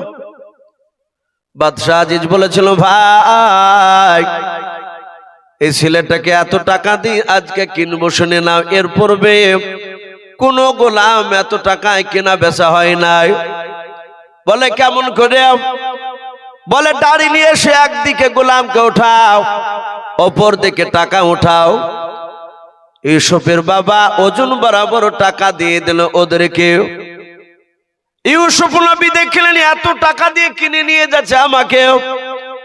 বাদশাহ আজিজ আমাকে একটি বেলা আমাকে আরাম করতে দেবে না, কাজ করে নেবে সব সময়। ইউসুফের বাবা হাতখানা ধরে বাদশাহ আজিজ বাড়ির দিকে টেনে নিয়ে যাচ্ছে। কোন কোন ওলামে কেরাম লিখেন ইউসুফ নবী আলাইহিস সালাম যখন যায়, বাদশাহ আজিজ বাবা ঘুরে ঘুরে ইউসুফের দিকে তাকায়।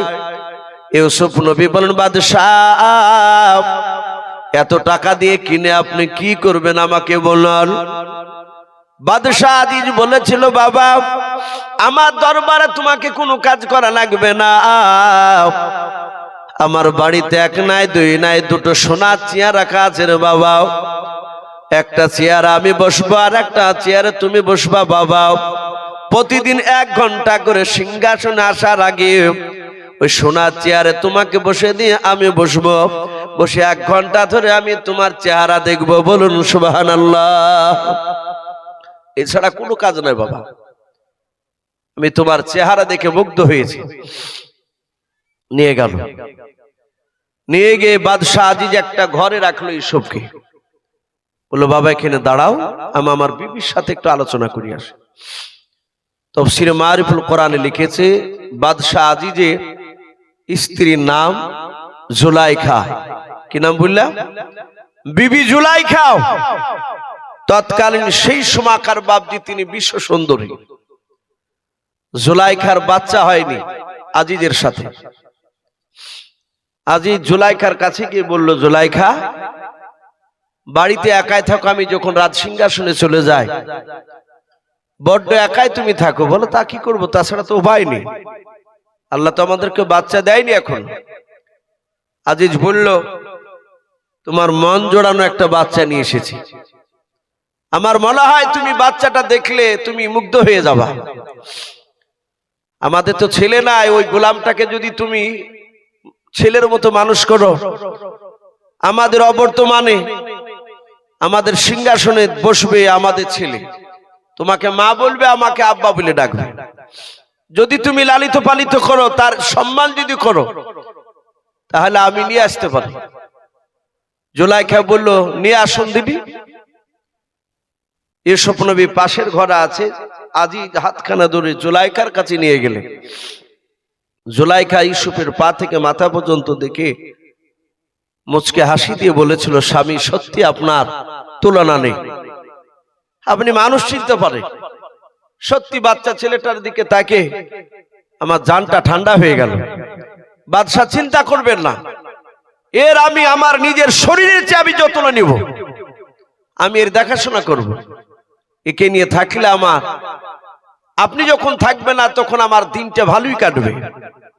আজিজ বলে, তাহলে আমি চিন্তিত আর থাকবো না, আমি চিন্তা মুক্ত হইলাম। বলে, অসুবিধা নেই বাবজি, অনেক লম্বা ঘটনা আছে, একটু মোটামুটি বলি। ইউসুফ নবীকে বাবজি সে খাওয়ায়, শরীরে জামা পরায়, গা ধুয়ে দেয়, সব নিজে হাদিয়া। আর ইউসুফ নবী এত চেহারাও তার কোনো খুঁত ছিল না বাবজি, তার গঠনই। ইউসুফ নবী আস্তে আস্তে আস্তে আস্তে বাবজি একটু বেশ বড় হয়েছে, যৌবনে পদার্পণ করছে।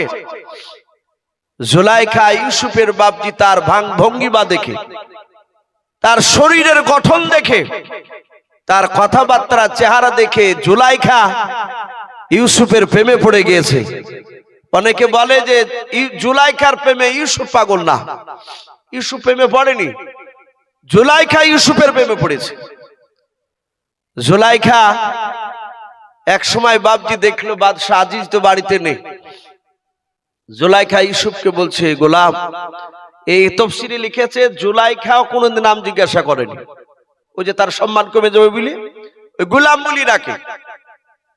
ঘরে দরজা লাগিয়ে দিয়ে কেউ নাই, বলে, গোলাম আমি একটা কথা জিজ্ঞাসা করব, বলবা? বলে, বলুন, অসুবিধা নাই, বলার মতো হলে আমি পারলি বলবো। জুলাইখা বলছে, আমি তোমাকে খুব ভালোবাসি। ইউসুফ নবী হাসছেন আর বলছেন, আমিও তো আপনাকে ভালোবাসি। তো জুলাইখা বলছে যে গোলাম তুমি কেমন ভালোবাসো আমাকে? ইউসুফ নবী বললেন যে আমি আপনাকে আমার মায়ের মতো ভালোবাসি। আর জুলাইখার মনটা ভারী, সাথে হাতে বলল, ইউসুফ রানীমা আপনি ওরকম মনটা ভারী হলো কেন? ও তো ভালোবাসা নিবে না, ও কটলাইনের ভালোবাসা নিবে। ইউসুফ বললেন না, সম্ভব নয়, আমি একজন বুজুর্গ আল্লাহওয়ালা ছেলে, বলুন সুবহানাল্লাহ। নবীর ছেলে তা বললেন না, আল্লাহওয়ালা ছেলে। নবীর আল্লাহওয়ালা হয় কি হয় না কথা বলে, তারা আল্লাহওয়ালা হয়। জুলাইখা দেখলো না, এত যত্ন করে আর প্রেমে পড়িয়ে আমার মুখে ছাই ফেলে দিল। গোটা রাত ঘুমাই নাই, সকালবেলা বাবজি ছাদের উপর উঠে গেল, হাত দিয়ে বসে আছে। আজিজ চলে গেছে সিংহাসনে, আজিজ জানি না কিছু। রাস্তা দিয়ে বাবজি একটা বুড়িমা যাচ্ছে, তফসিরে লিখেছে প্রায় 70 বছর পার মেয়েটা। প্রতিটা গ্রামে বাবজি বেটা ছেলে মেয়ে ছেলে একটা দুইটা খারাপ থাকে লোক, তারা ওপরে ভালো অভিনয় করে, ভিতরে তারা কিছু বাড়ির মেয়েদেরকে নষ্ট করে দেয়, ছেলেদেরকে নষ্ট করে দেয়। মানে ভালোবাসা করে পালাক, ওর বাপের মুখে চুনকালি পড়ুক, এরকম ভাবে কিছু। তো মেয়েটা ইউসুফের না জুলাইখার চেহারার দিকে তাকিয়ে দূর থেকে বলছে, আহারে, এভাবে লিখেছে কেতাবে, জুলাইখা রানীর চেহারাতে একটা কালো দাগ পড়ে গেছে। আর জুলাইখা শুনছে ওখান থেকে, আর চিল্লে রাস্তা থেকে চিল্লে শুনে শুনে বলছে, মনে হয় জুলাইখার বাড়ির গোলামে রানী প্রেমে পাগল হইলো নাকি। আর হইলেও হইতে পারে, হবে না কেন? আমি বুড়ি হয়েছি, আমার বয়স যদি 30 হতো, তাহলে জুলাইখার বাড়ির গোলামের কে আমি একবার চান্স নিয়ে দেখতে। যাহাতে বলেছে, আর অমনি জুলাইখার চোখ দিয়ে ঝরঝরকার পানি ঝরে বলছে, এই বুড়ি মাই, তুমি বুঝলে কি করিয়ে? লোহা তোমার চেহারা দেখে বুঝতে পেরেছি। কাছে ডেকে বলছে যে তুমি কি দোয়া তাবিজ জানো? তো কিসের? বলে ওই গোলামকে আমার আইত্তায় নিতে পারিবা? কালকে বলেছি, রাজি হয়নি, ও আমাকে মায়ের মতো ভালোবাসি তাই বলেছে। মেয়েটা বলছে খুব সহজ, ওকে আইত্তা না। বলে কি করে? বলে তোমার স্বামীর তো টাকার অভাব নাই। বলে না। বলে এই জুলাইখা, তুমি খুব তাড়াতাড়ি ঘর বানাও। বলে কটা? বলে 7টা ঘর বানাও, ঘরের ভিতর ঘর, তার ভিতর ঘর, তার ভিতর ঘর, একটা ঘর দিয়ে যেন 7টা ঘরে যাওয়া যায়। প্রতিটা ঘরের দরজার তালা করবা মোটা মোটা। শোনো, লাস্টে যে 7 নাম্বার তালা ঘর করবা, ওই ঘরের দেওয়ালে, ছাদে, নিচে, চারিদিকে তুমি অর্ধেকটা নারী আর পুরুষের উলঙ্গা ছবি আঁকে রাখবা। ওখানে নিয়ে গিয়ে তোমাকে আর মুখ দিয়ে বলতে হবে না। তো ওই গোলাম ওখানে ছবি দেখে বুঝতে পারবে কেন ডেকেছো। রানী জুলাইখা বাদশাহ আজিজকে বলে বাবজি তাই করলো, মোটা তালা বানিয়েছে। ইউসুফ নবী আলাইহিস সালামকে বাবজি নিরিবিলি জায়গায় দেখলো, আজিজ নাই, রাজ দরবারে গিয়েছে। জুলাইখা ইউসুফকে বলল, গোলাম একটু চলো আমার সঙ্গে। প্রথম ঘরে যাহাতে ঢুকলেন, তালা মেরে চাবি জুলাইখার হাতে। ইউসুফ বলছেন, রানীমা আমাকে ভরছে না, তালা মারছেন কেন? বলে 7 নাম্বার ঘরে নিয়ে গিয়ে কথা বলবো, কেউ যেন যেতে না পারে, খুব গুরুত্বপূর্ণ কথা বলবো। প্রথম, দ্বিতীয়, তৃতীয় এভাবে বাবা 7 নাম্বার ঘরে নিয়ে চলে গেল। ইউসুফ নবী বলেন, আমি 7 নাম্বার ঘরে গিয়ে দেখলাম 4টে জুলাইখা পাথরের মূর্তি নিয়ে বাবজি ওখানে দেবতা হিসাবে জুলাইখা পাথরের মূর্তি বাবজি পূজা করতো। 4টা মূর্তিকে বাবজি ঘরের কোনায় বাবজি রেখে দিয়েছে। জুলাইখার এটা বাবজি বিশ্বাস ছিল, আমার দেবতারা আমার দিকে একটু দোয়া করবে, যেন আমার মনের বাসনা পূর্ণ হয়ে যায়। জুলাইখা বাবজি 7টা বাবজি তালা মেরে দিয়াও। 7টা তালার চাবিকে বাবা একটা ঘরের কোনাতে বাপজি লুকিয়ে রাখলো। হযরত ইউসুফ নবী আলাইহিস সালাম ঘরে ঢোকার পর দেওয়ালের দিকে বাপজি নজর করে দেখে বাবা নারী আর পুরুষের অর্ধেকটা বাপজি উলঙ্গা অবস্থায় ছবি আঁকানো আছে। হযরত ইউসুফ নবী আল্লাহকে ডেকে বলেন, আল্লাহ তুমি আমার ঈমানটা বাঁচিয়ে নাও। ইউসুফ নবী আর সামনের দিকে তাকাই নাই, পায়ের নিচে তাকাতে গিয়ে দেখে বাবা পায়ের নিচে বাপজি খাটে আপনার ছবি আঁকানো আছে, ওদিকেও তাকালেন নাও। ছাদের দিকে তাকায়, ওখানে দেখছে নারী আর পুরুষের বাপজি উলঙ্গ ছবি আঁকানো। হযরত জুলাইখা ইউসুফ নবী আলাইহিস সালামকে বাবা দাঁড় করে দিয়েছে। ইউসুফ নবী কোন দিকে তাকায় না, চোখটা বন্ধ করে আছে। জুলাইখা ইউসুফ নবী আলাইহিস সালামের বাবা প্রশংসা শুরু করে দিল। ডাক দিয়া বলে, গোলাম তোমার চোখগুলো পটল চেরা কাজল চিকা চোখ দেখতে সুন্দর লাগে। ও গোলাম তোমার চোখগুলো দেখলে আমার জানটা ঠান্ডা হয়ে যায়। হযরতে জুলাইখার প্রশংসা শুনে বাবা ইউসুফ নবী আলাইহিস সালাম ডাক দিয়ে বলে, জুলাইখা এই চোখকে ভালোবেসে কোনো লাভ হবে না। বলে কেন? বলে চোখের কোনো মূল্য নাই। বলে কেন মূল্য নাই? বলে জুলাইখা মানুষ ইন্তেকাল যদি করে যায়, মানুষকে যখন দাফন করে চলে আসে, ওগো জুলাইখা মানুষের দেহর আগে সর্বপ্রথমে পিঁপড়া লেগে যায় চোখে। ওগো জুলাইখা এই চোখের কোনো মূল্য নাই, চোখকে ভালোবেসে কোনো লাভ নাই। আবার জুলাইখা বলে, ওরে গোলাম তোমার চুলগুলো কুকড়ানো দেখে আমার মনটা ঠান্ডা হয়ে যায়। তোমার চুলের দিকে একবার তাকালে আর অন্যদিকে তাকাতে মন চাই নাও। জুলাইখার কথা শুনে ইউসুফ নবী বলেছিল, ওগো জুলাইখা মানুষ মরে যাওয়ার পর কবরে রেখে যখন চলে আসে, ও জুলাইখা শুনে নাও, শরীরের গোস্তগুলো ছড়ে যাওয়ার আগে, পচার আগে সর্বপ্রথম মানুষের চুলগুলো মাথার খুলে যায়। এই চুলের কোনো মূল্য নাই, এই চুলকে ভালোবেসে কোনো লাভ নাই। জুলাইখা দেখলো আমি একদিকে যাচ্ছি আরেক দিকে নিয়ে যাচ্ছি। হযরত জুলাইখা দেখলো না না সোজা আঙুলে ঘি বের হবে না, আঙুলটা একটু বেঁকানো লাগবে। জুলাইখা সাতাত বাবা নিজের শরীরের বাবা, কেউ বলেছেন কাপড়, কেউ বলেছেন বাবা অন্য জামা ছিল। জুলাইখা খুলে দিয়ে তাড়াতাড়ি বাবা চারটা পাথরের ওপর বাপজি আপনার ঢেকে দিল। জুলাইখা একটু টেরা চোখে তাকে দেখলো কাপড়খানা জুলাইখা খুলে নিয়ে তার পাথরের মূর্তির ওপর ঢেকে দিল।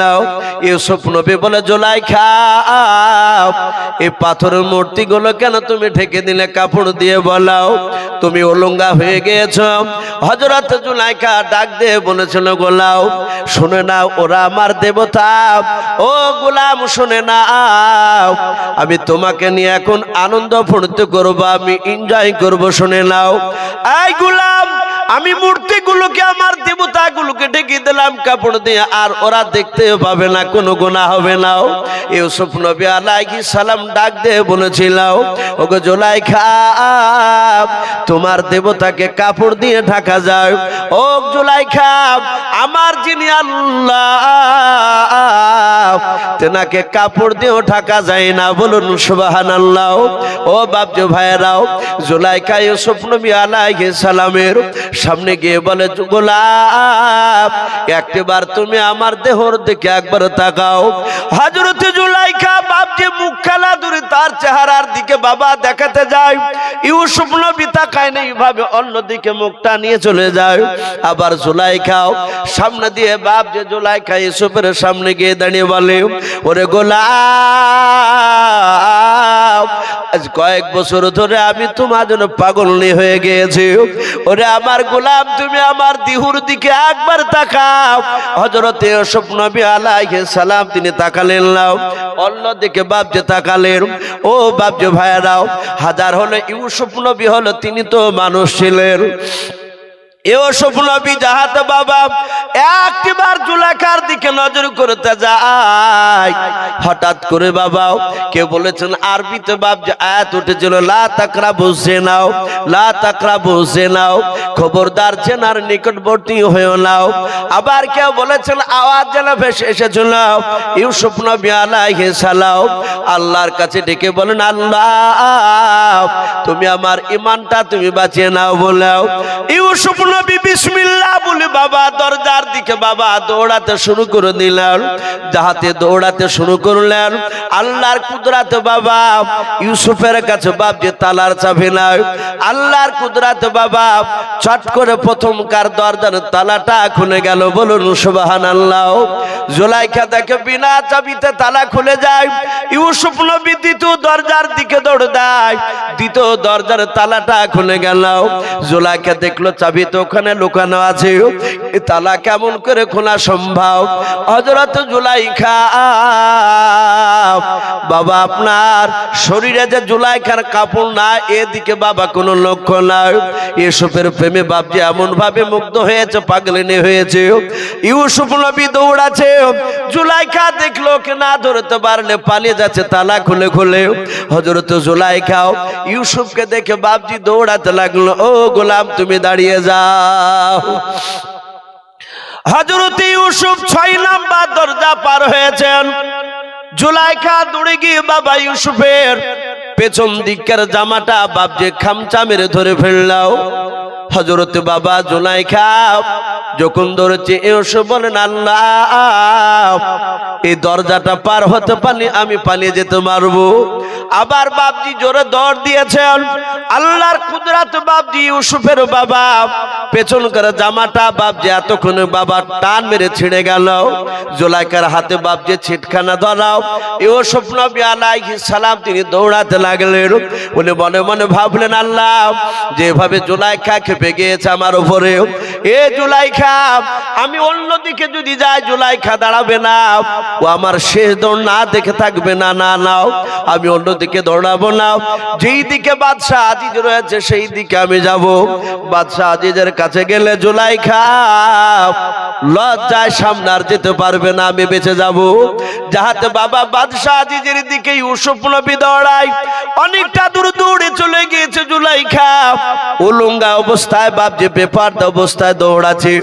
বাবা হঠাৎ করে কেতাবে পাওয়া যায় বাদশাহ আজিজ ওই সময় রাস্তা দিয়ে বাপ যে বাড়ি ফিরেছিল, যাতে আমার ইউসুফ নবী দেখেন হয়তো বাদশার পেছনে গিয়ে বাপ ইউসুফ নবী তিনি দাঁড়িয়ে গেলেন বাবা। আর জুলাইখা বাদশাহ আজিজের সামনে বাপ যে হতভম্ব ভাই বাপ যে দাঁড়িয়ে গিয়েছে।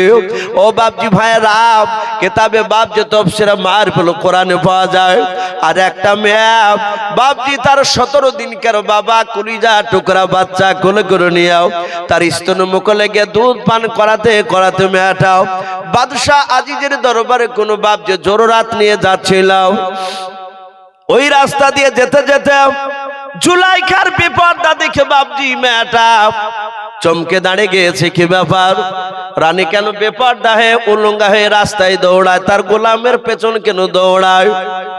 মেয়েটা বাচ্চা কোলে নিয়ে দাঁড়িয়ে কোন মুফাসসিরিন কেরাম লিখেছেন ওই বাচ্চাটার বয়স 17 দিন, আর একটা রাবি বাপজি লিখেছে 3 মাসেরও কম। এক কথায় ছোট বাচ্চা ছেলে বাপজি মেয়েটা দুধ পান করেছিল। মেয়েটা অবাক নয়নে চেয়ে আছে। বাদশাহ আজিজ বলে জুলাইখা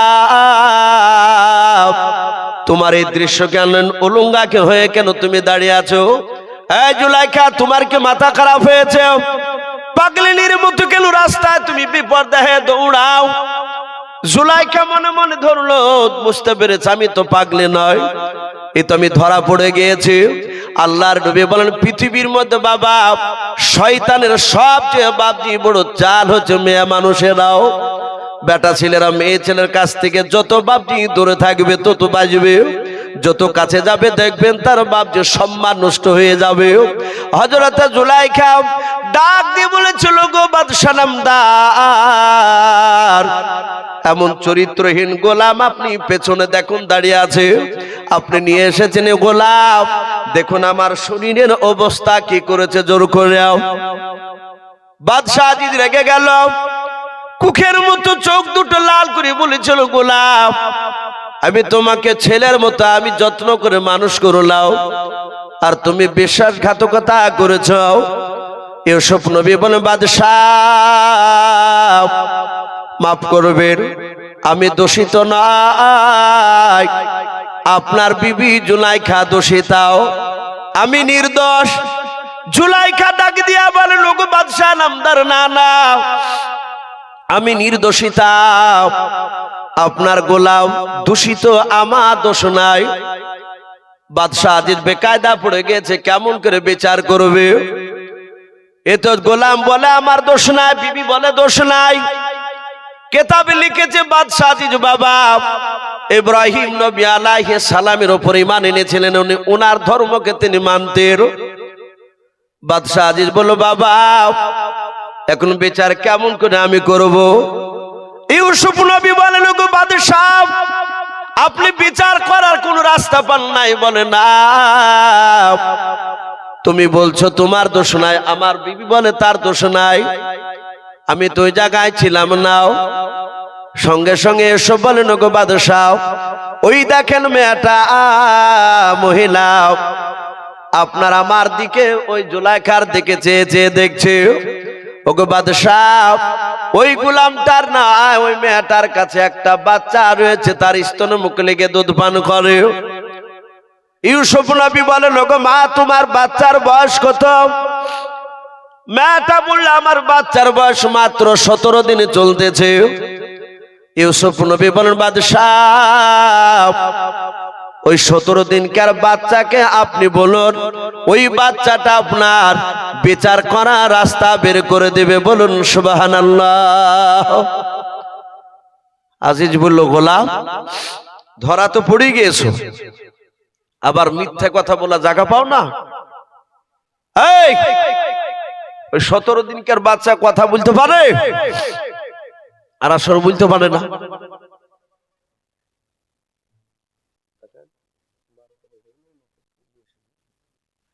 বাদশাহ আজিজ ডাক দিয়ে বলেছিল, তাই কি পারে বাচ্চা ছেলে কথা বলতে? ইউসুফ নবী বলেন, বাদশাহ আল্লাহ ইচ্ছা করলে 17 দিনকার কেন বাচ্চা 1 ঘন্টার বাচ্চা কথা বলতে পারে। বলুন সুবহানাল্লাহ। ও বাপজি ভাইরা, আপনারা শুনেছেন কোরআন শরীফে একটা নবীর নাম পাওয়া যায় ঈসা রুহুল্লাহ, শুনেন না? হযরত ঈসা নবী কালিমুল্লাহ, কালিমুল্লাহ না রুহুল্লাহ। ঈসা আলাইহিস সালাম তার মায়ের নাম ছিল বাপজি মরিয়ম আলাইহা সালাম। ঈসা নবীর আব্বা নাই, আল্লাহর কুদরতে বাপজি মরিয়মকে বাবা বিনা স্বামীতে আল্লাহ একটা বাচ্চা দান করেছিলেন। ঈসা নবী পয়গম্বর। গ্রামের লোকেরা চরিত্রহীনতা বলে মরিয়মকে তাড়িয়ে দিয়েছিল। 1 নয় 2 নয়, বাচ্চা জন্ম দেওয়ার 15 দিন আগে বাবা গ্রামের লোকেরা তাড়িয়ে দিয়েছিল মাঠে। কলঙ্কিনী রমণীকে তাড়িয়ে দাও। হযরত মরিয়ম বাপজি পেটে বাচ্চা নিয়ে ওই ময়দানে জঙ্গলে বাবা ছিল। অনেক লম্বা ঘটনা আছে মরিয়মের, পুরা বলবো না বাবা। মরিয়মের পেট থেকে যখন ঈসা নবী জন্ম নিলেন, হযরত ঈসা নবী 1 ঘন্টার বাচ্চা তার মার কোলে। মরিয়ম এইভাবে নিজের সন্তান কোলে ঈসা নবীকে নেয়ার পর মরিয়মের চোখ দিয়ে ঝরঝর করে বাবা পানি পড়ছে। এটা ব্যথার নাও, পানি পড়তেছে। আল্লাহ তুমি এত সুন্দর বাচ্চা তুমি আমাকে দান করলেও, ওগো মাওলা এই বাচ্চা বড় হয়ে যখন গ্রামে যাবে, গ্রামের লোকেরা বলবে বাচ্চা অবৈধ বাচ্চা, এই বাচ্চা জারদ সন্তান, বাচ্চার কোনো আব্বা নাই, পরিচয় নাই। ওগো আল্লাহ আমার ছেলে বড় হওয়ার পর মানুষের কাছে মুখ দিলে কথা বলতে পারবে না। হযরত মরিয়ম নিজের ছেলের দিকে চেয়ে চেয়ে কাঁদেন। 1 ঘন্টা বাপজি হয়েছে জন্ম নেওয়া। হযরত ঈসা রুহুল্লাহ আলাইহিস সালাম 1 ঘন্টার বাচ্চা বাবা, হাত কানা বাপজি তুলে রে বাবা নিজের মার চোখের পানিকে হাত দিয়ে দিয়ে মুছাছেন। বলুন সুবহানাল্লাহ। মরিয়ম তখনও বুঝতেও পারে নাই, হাতটা এভাবে নামিয়ে দিচ্ছে। আবার হাতখানা বাপ যে চোখ মুছাছে, ফিরে করে বাবা মুচকে মুচকে হাসি। ঈশা নবী 1 ঘন্টার বাচ্চাও যাহাতে কয়েকবার হাতটা নামিয়ে দিয়েছে। ঈশা নবী ডাক দিয়ে বলেন, মা। মরিয়ম অবাক, বলে বাবা তুমি কথা বলতে পারো? বলে হ্যাঁ মা। এই মা তুমি কান্না করবে না, আল্লাহ আমাকে বিনা বাপে শুধু তোমার সন্তান দিয়েছে, শুধু তাই নয় আল্লাহ আমাকে নবী রাসূল করে পাঠিয়েছে। বলুন সুবহানাল্লাহ। হযরত মরিয়মকে ডাক দিয়ে বলেছিল, বাবা ওগো মা তুমি চিন্তা করবে না, মা তুমি এখনই গ্রামে চলো। বলে বাবা গ্রামের লোকেরা চরিত্রহীনতা বলে আমাকে তাড়িয়ে দিয়েছে। ডাক দিয়ে বলেছিল, গো মা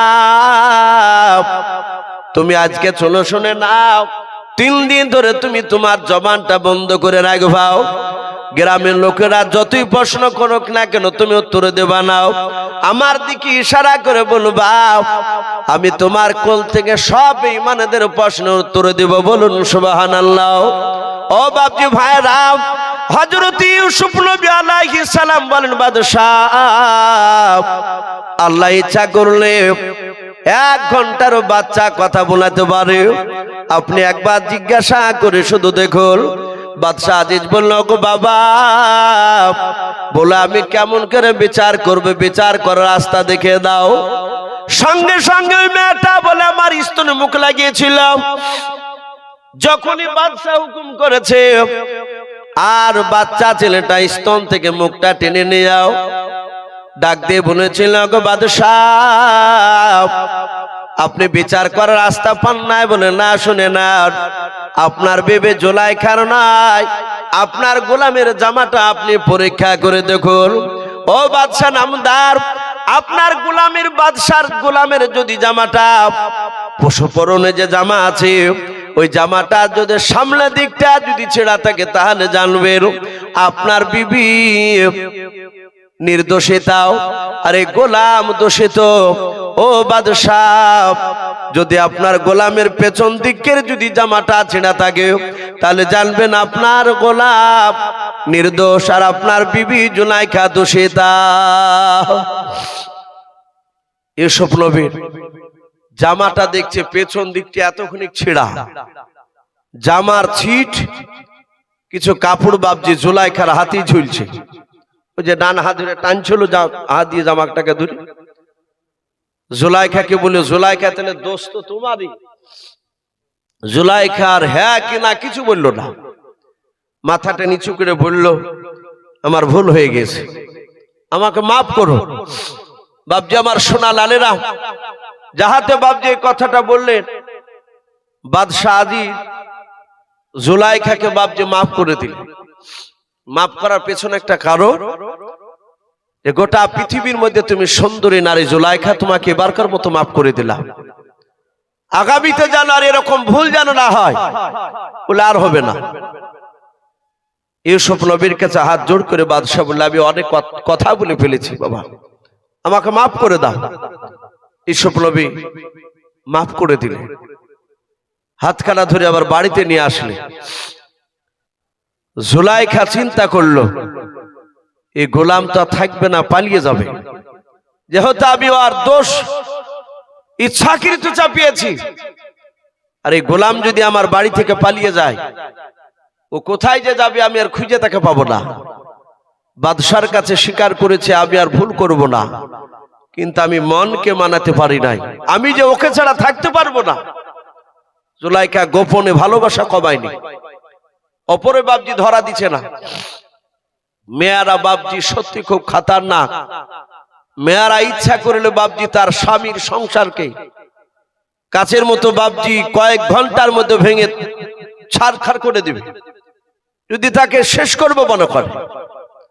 হযরত জুলাইখা চিন্তা করলো না, আর গোটা এলাকায় বাবজি প্রচার শুরু হয়ে গেছে যে জুলাইখা একটা গোলামের সাথে ধরা পড়ছিল। ছি ছি ছি, এত ছোট নিচু মনের মানুষ। বাদশাহ আজিজ দরবারে বসে থাকে, কেউ এসে বলে, বাদশাহ নামদার আমাদের অমুক পাড়ায় আপনার বিবির বদনাম করছিল। বাদশাহ আজিজ ওখান থেকে এসে তার জুলাইখাকে রাত্রিবেলা বলতো, জুলাইখা এমন কাজ করেছো, আমি সমাজে মুখ তুলে কথা বলতে পারছি না, সবাই তোমার বদনাম করছে, এসব কাজ কি করতে যায়? বলে আমার একবার ভুল হয়েছে, আমি তা যাচ্ছি না। এখানে জুলাইখা একটা সুযোগ ব্যবহার করলো। জুলাইখা দেখলো আমি যদি আমার এই গোলামকে আমি কৌশল করে যদি আমি জেলখানায় বন্দী করে দিতে পারি, তাহলে জেলখানা থেকে আর পালাতে পারবে না। আমি জুলাইখা বাদশাহ আজিজকে নিয়ে যে কোনো বাহানা করে আমি জেলখানা দেখতে গিয়ে আমি গোলামটাকে আমি মাঝে মাঝে দেখতে পাবো, কমসে কম মনে শান্তি তো দিতে পারবো। আজিজকে বললো, হে বাদশাহ, লোকেরা সবাই বদনাম করছে, আপনি দয়া করে এই গোলামকে আপনি জেলখানায় বন্দী করে দেন। বলে তো দোষ নাই। বলে দোষ নাই, এটা আমরা জানি স্বামী স্ত্রী। শোনেন, আপনাকে জেলখানায় বন্দী করে দিলে লোকেরা আস্তে আস্তে আস্তে আস্তে ভুলে যাবে, তখন বহুদিন পর মানুষরা বলবে নিশ্চয় এই গোলামটা এ দোষ করেছিল বলে জেলে ভরা আছে। বাপজি আমার সোনা লালেরা, ইউসুফ নবীকে তাই করলো বাদশাহ আজিজ। জুলাইখা স্বামী স্ত্রী দুজনাতে বাপজি জুলাইখা ইউসুফকে নিয়ে যাচ্ছে। কেতাবে লিখেছে ইউসুফের শরীরে একটা দামি জামা। বাদশাহ যে গেটম্যান ছিল জেলখানার দারোয়ান বলল, বাদশাহ নামদার মাফ করবেন, এত দামি পোশাক পরে কোনো কয়েদিকে জেলখানায় নিয়ে যাওয়ার অনুমতি নেই। বাদশাহ আজিজ বলল, জুলাইখা বলল, এই গোলাম সে কয়েদি নয়, এটা আমরা ইচ্ছাকৃত একে কয়েদি বানিয়েছি, এর দামি পোশাক নিয়ে কে জেলখানায় ভরা হবে। জেলখানার ভিতরে বাবজি একটা সুন্দর ঘর বাছাই করে বাবজি সেই ঘরটা ইউসুফের জন্য বরাদ্দ করলো। বলে এই ঘরটায় গোলাম তুমি থাকবা ইউসুফকে।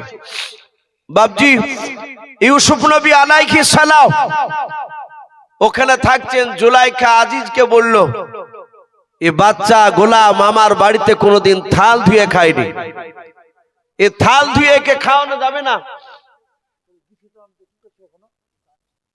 এই আসছে না ভাইরা আমার, বাবা জীবনেরাও, আমি বলছিলাম আজিজ বাবজি আপনার নয়। জুলাইখা আজিজকে বলল, আপনি দুটো কয়েদি গোলাম জেলখানার ভিতর থেকে এর বন্ধু বানিয়ে দেন। এর জামা কাপড় যখন এর জামা কাপড় শুনে নাও, যখন ময়লা হবে তখন তোমরা পরিষ্কার করে দেবা। শুধু তাই নয়, খাবার খেতে যাবে তখন বাসন ধুয়ে দিবা। খাবার খাওয়া হয়ে গেল বাসনটা পরিষ্কার করে দিবা, তার বিনিময়ে তোমাদেরকে টাকা দেওয়া হবে। আর এই গোলামকে হাসি মজাক করে রাখবা।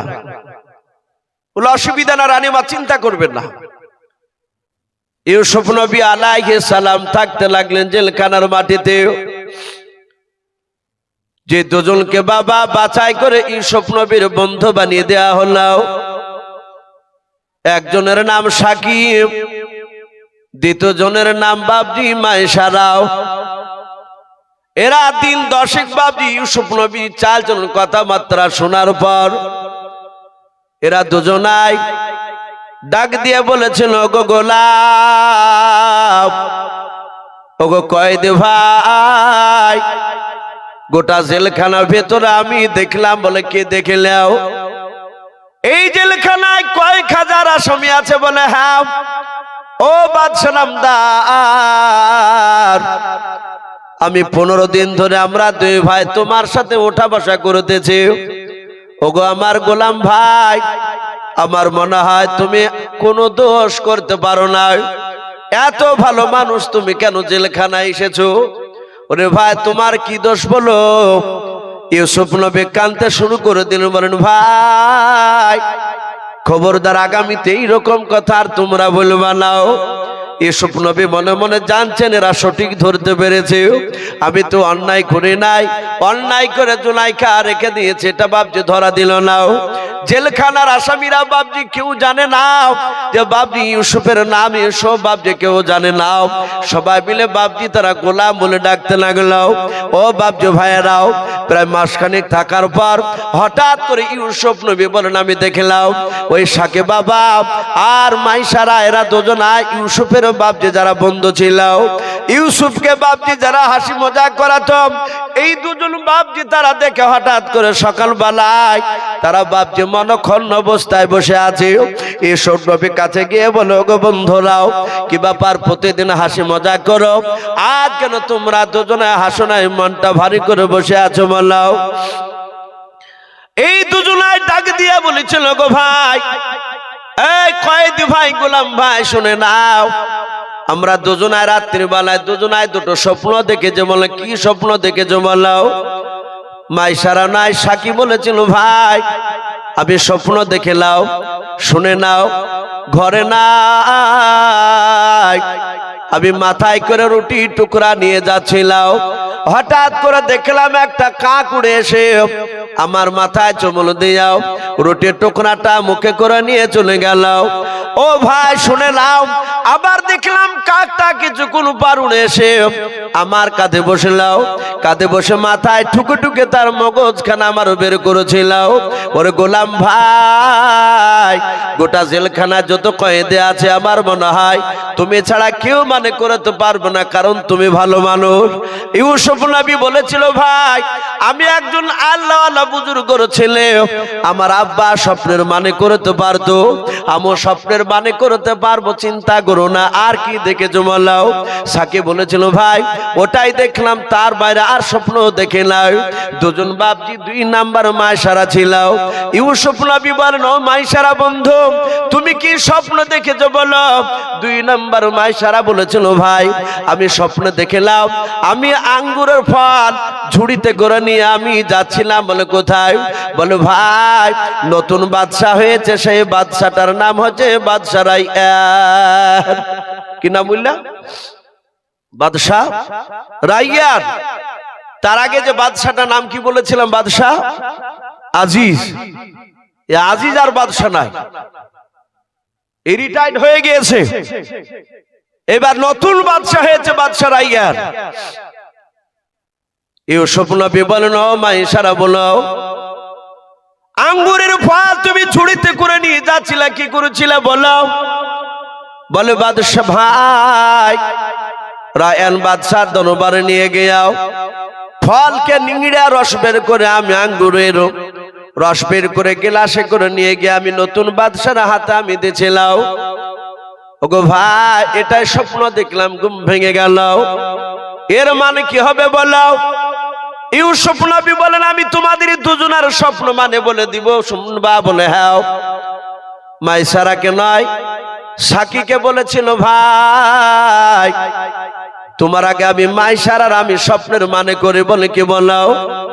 বলে মাইশারা, আঙ্গুরের ফল নিংড়া রস বের করে তুমি নতুন বাদশা রায়ানকে দিছিলে। বলে হ্যাঁ।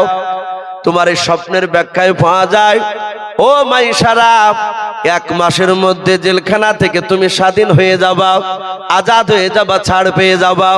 ছাড় পাওয়ার সাথে আবার তুমি নতুন করে বাদশা রায়ানের তুমি ফল পরিবেশন করার ডিপার্টমেন্টে তুমি চাকরি পাবা। জোরে বলুন সুবহানাল্লাহ। কি ব্যাপার, আসছে না কেন? আর একটু বসে ভাই, যাহা তো বাপজি কথা বললাম। সাকি মনে মনে ভাবছি, ও যদি চাকরি পাই তাহলে আমিও চাকরি পাবো। সাকি বলে, ভাই আমার স্বপ্নটা মানে তাড়াতাড়ি তুমি বলে দাও। ডাক দিয়ে বলেছিল, ভাই তোমার মগজকে ঠুকে ঠুকে তোমাকে পাখিতে খাচ্ছিল। বলে হ্যাঁ। ভাই রে, তোমার স্বপ্নের ব্যাখ্যায় পাওয়া যায় তোমার 3 দিনের মধ্যে জেলখানার মাটিতে তোমার মৃত্যু হয়ে যাবে, তোমার ফাঁসি হয়ে যাবে। সাকি বলল যে আমি মৃত্যু আর চাকরি। বলে হ্যাঁ, স্বপ্নে তাই তো পাওয়া যাচ্ছে। সাকি বলল, ভাই আদৌ আমি স্বপ্ন দেখিনি। বলে এই রুটি খাওয়ার ঘটনা বললে যে কাকে, মগজ খাওয়া। বলে এগুলো আমি মিথ্যে করে বাইনে বাইনে বললাম। মাইশারা বলছে, আর শুনে শুনে ভাই আমিও আঙ্গুরের ফল নিংড়ে খাওয়াইনি। বলে তুমি বললে যে। বলে আমি মিথ্যে করে বলেছি, দেখি তুমি কি বলো। তাই ইউসুফ নবী বললেন, ভাই স্বপ্ন সত্যি দেখো আর না দেখো, বলিয়াছে যখন, আর আমি যখন মানে করেছি এই স্বপ্নের মানে দুজন আর দুইটা ঘটবি, সেখানে দুদিন দেরি হইতে পারে। এর আনন্দ করে থাকতে স্বপ্নটা হলো মিথ্যা কথা। ভাই আপনাকে তো খুব বুজুর্গ মনে করতে, আপনি কথাটাকে বিশ্বাস করে নিয়েছেন। ঘুরতে ঘুরতে বাপজি কেতাবে লিখছে 3 দিনকার দিন হঠাৎ করে খবর আসছে সৈন্যতে, এই সাকি ইউসুফের কাছে বসেছিল। বললো, ভাই আমি সাকি। বললো, বাদশার অর্ডার, তোমাকে আজকে ফাঁসি দেওয়া হবে, ঝোলানো হবে। কেউ ওকে ফাঁসি দিয়ে দিল। মাইশারা দেখলো এ তো যা মানে করলো তাই তো ঘটছে। 1 মাস পর, কে বলেছেন 1 মাস পুজতে 2-3 দিন বাকি ছিল, সাতাহাতে বাপজি এসে বলল, মাইশারা কে? মাইশারা বললো, আমি মাইশারা। বলে, আপনি জেলখানা থেকে মাপ পেয়ে গিয়েছেন। শুধু তাই নয়, আপনি বাদশা রাইয়ানের চাকরি পেয়েছেন। ইউসুফ নবীর হাতখানা ধরে বলল, ভাই তোমাকে ন্যায় না করে কথা বলেছিলাম, আমরা মিথ্যা কথা বলেছিলাম, কিন্তু আদৌ মিথ্যা না, স্বপ্ন দেখেছিলাম। তুমি কি বলো সেটা শোনার জন্য। ভাই সত্যি তো তুমি বুজুর্গ। ইউসুফ নবী বললেন, মাইশারা, জেলখানায় আমাকে ভরেছিল বাদশাহ আজিজ আর জুলাইখা, ওরা তো আর বাদশাহ নাই, এখন নতুন বাদশাহ হচ্ছে বাদশাহ রাইয়ান। এই জেলখানাতে অনেক আসামি আছে, তারা বিনা দোষে জেল খাটছে। আমাদের বহরমপুর জেলে না এরকম মানুষ, যে মার্ডার করেছে সে বুক ফুলে বাপজি সিগারেট খেয়ে ঘুরিয়ে বেড়াইছে, আর যে মার্ডার করেনি সে হয়তো দেখেছে, তাকে এমন করে মিথ্যে কেহিতে সে জেলখানার গানি টানছে। এরকম বিনা দোষে অনেক আসামি জেলে আছে। ইউসুফ বলেন, ভাই এখানে অনেক বিনা দোষের লোক জেল খাটছে, মানে ইউসুফ তো বিনা দোষে জেল খাটছে। ভাই একটু বাদশা রায়ানকে বলেন, আপনি যেহেতু বাদশার কাছে থাকবেন, যে জেলখানার আসামি গানাকে একটু যেন তদন্ত করে, যেটা বাপজি আমাদের যে এসআইআর যে চলছে, এই যেন আসামির যেন একটু এসআইআর করে, একটু ভালো করে দেখে চরিত্র ব্যাপার। সঙ্গে সঙ্গে বাপজি বলল, ভাই চিন্তা না, আমি বলবো। মাইশারা ছিল বাপজি আসামি, গরিব, ও চাকরি পেয়েছে, পেয়ে বাপজি ইউসুফের কথা ভুলে গিয়েছে। কিছু মানুষ দেখেন হঠাৎ করে বড় লোক হয়ে গেলে তার বলচাল আলাদা হয়ে যায়, আর যারা আদি বড় লোক তাদের দেখবেন অহংকার থাকে না। তো সঙ্গে সঙ্গে বাপজি ভুলে গেছে ইউসুফের কথা। এই ভুলার কারণে তফসিরে লিখেছে ইউসুফকে আরো 2 বছর বেশি তাকে জেলখানে থাকতে হয়েছিল। হঠাৎ করে বাপজি 2 বছর পরে বাদশা রাইয়ান স্বপ্ন দেখেছে, 7টা দুবলা গরুতে হিষ্টপিষ্ট গরুকে তাড়িয়ে বাপজি ধরে কামড়ে খাচ্ছে। আবার স্বপ্ন দেখছে 7টা শস্যের শীষ, শুকনো তাজা শস্যের শীষকে ধরে খাচ্ছে। এর মানে কি হবে? ঘুম ভেঙে গেছে। বাদশা রায়ান বলল, আমি স্বপ্ন দেখেছি। মানে কে বলবে বলো? স্বপ্নবিদ যারা ছিল প্রায় 700-র উপর লোক জমা হলো, সবাই মানে করলো, একজনের মানে পছন্দ হয় নাই। বাদশা বলল, না, কারো মানে আমার পছন্দ হচ্ছে না। হঠাৎ করে ওই মাইশারা যে চাকরি পেয়েছিল জেলখানা থেকে, হঠাৎ মনে পড়ে গেছে, ওই তো জেলখানায় আছে মাল, ওই তো আমরা স্বপ্ন দেখেছিল, বলি দিয়েছিল, মানে উজা বলেছিল, তাই ঘটেছে। বলে, বাদশাহ রায়ান শুনে নেন, আমার একটা বহুদিনকার পুরানো বন্ধু আছে, আমার মনে হয় এখনো জেলখানাতে ভরা আছে, জেলখানা থেকে বের হয় নাই। বাদশাহ রায়ান বলে, তা তিনি মানেন, জেনে নিয়ে এসো। ইউসুফ নবীর কাছে দৌড়ে গেল। মাইশারা গিয়ে বলে, ভাই। ইউসুফ নবী বলেন, ভাই মাইশারা, তোমার আজকে মনে পড়েছে আমার কথাও? মাইশারা বলে, ভাই ভুল হয়ে গিয়েছে, শুনে নাও। আমার বাদশাহ রায়ান স্বপ্ন দেখেছে, এই স্বপ্নের মানে কি হবে বলাও? 700 লোকে মানে করেছে, কারো মানে পছন্দ হয় নাই। ইউসুফ নবী বলেন, ভাই তোমার বাদশাহ যে স্বপ্ন দেখেছে স্বপ্নের মানেটা শুনে নাও। বাদশাকে গিয়ে বলো গাও আল্লাহ এ বছর 7 বছরের ফসল আল্লাহ 1 বছরে দান করবে, বলুন সুবহানাল্লাহ। এই মালগুলো যেন অপচয় না করে, নষ্ট না করে। বাদশাহ মালগুলো যেন যত্ন করে গোডাউনে রেখে দেয়। শুনে নাও, এই মিশরের বাইরে আশপাশে দেশে শহরে 6 বছর ধরে অনাবৃষ্টি দেখা দেবে। 6 বছর পানি হবে না, মাঠের ফসল ভালো হবে না। ওগো ভাই মাইশারাও, গোটা মিশরের বাইরে যখন অনাবৃষ্টি দেখা দিবে, দুর্ভিক্ষ দেখা দেবে, মানুষেরা ক্ষুধা তাড়নায় তারা ছটফট করবে। ওই সময় বাদশাহ অল্প টাকা নিয়ে মাল দিবে ওই সব ক্ষুধার্ত ব্যক্তিদেরকে। এতে বাদশাহ রায়ানের সুনাম হবে, বলুন সুবহানাল্লাহ। এই কাজ করতে বলবা। মাইশারা এসে বলল এই বছর 7 বছরকার ফসল আলে 1 বছরে দিবে, 6 বছর অনাবৃষ্টি দিবে, ফসল হবে না। বাইরে সব ক্ষুধার তাড়নায় ছটফট করবে, আপনার কাছে খাবার নিতে আসবে, আপনি অল্প টাকা করে খাবার দিবেন বেশি করে, এতে বাদশাহ আপনার সুনাম হবে। বাদশাহ স্বপ্ন বাবজি শোনার পরে, মানেটা শোনার পরে পরে বাদশাহ চরম আনন্দিত, জোরে বলুন সুবহানাল্লাহ। বাদশাহ বলল মনে হচ্ছে ছেলেটা জ্ঞানী, এই ওকে ডেকে নিয়ে আয়, ওকে আমি একটা চাকরি দিতে চাই, জোরে বলুন সুবহানাল্লাহ। ভাই রাত্রি প্রায় দেখেন 12টা 20। আমার ভাইজান আমাকে বলছিলেন ইসো ভাই একটু আগে আমাকে দিলে একটু ভালো হতো। আর আমি আপনাদের এই হাসানুজ্জামান ভাইকে দাওয়াত নিয়েছিলাম, তখনও বলেছিলাম যে ভাই প্রায় জায়গাতে আমাকে লাস্টে দেয়, এতে ঘুম না হয়ে আমার শরীর কষ্ট হয়েছে। তো ভাই যদি লাস্টে না দিয়ে যদি দেন তাহলে যাবো ইনশাল্লাহ, কথা তখনও দিয়েছিলাম। আমি বললাম ভাই আমার খুব অসুবিধা, যাই হোক আমাকে নিতে হবে আগে। উনি আর কিছু বললেন না। তো ভাইজান এসেছেন বাবজি, যেহেতু দেখেন রাত্রি অনেক হয়ে যাচ্ছে, প্রায় জায়গাতে 12টাতে শেষ হয়ে যাচ্ছে, কিন্তু আপনারা এতক্ষণ ধরে যে বসে আছেন আলহামদুলিল্লাহ, একটা মানুষও বাবজি লড়ছে না। রাত্রি প্রায় 12টা 20 বাজছে তাও।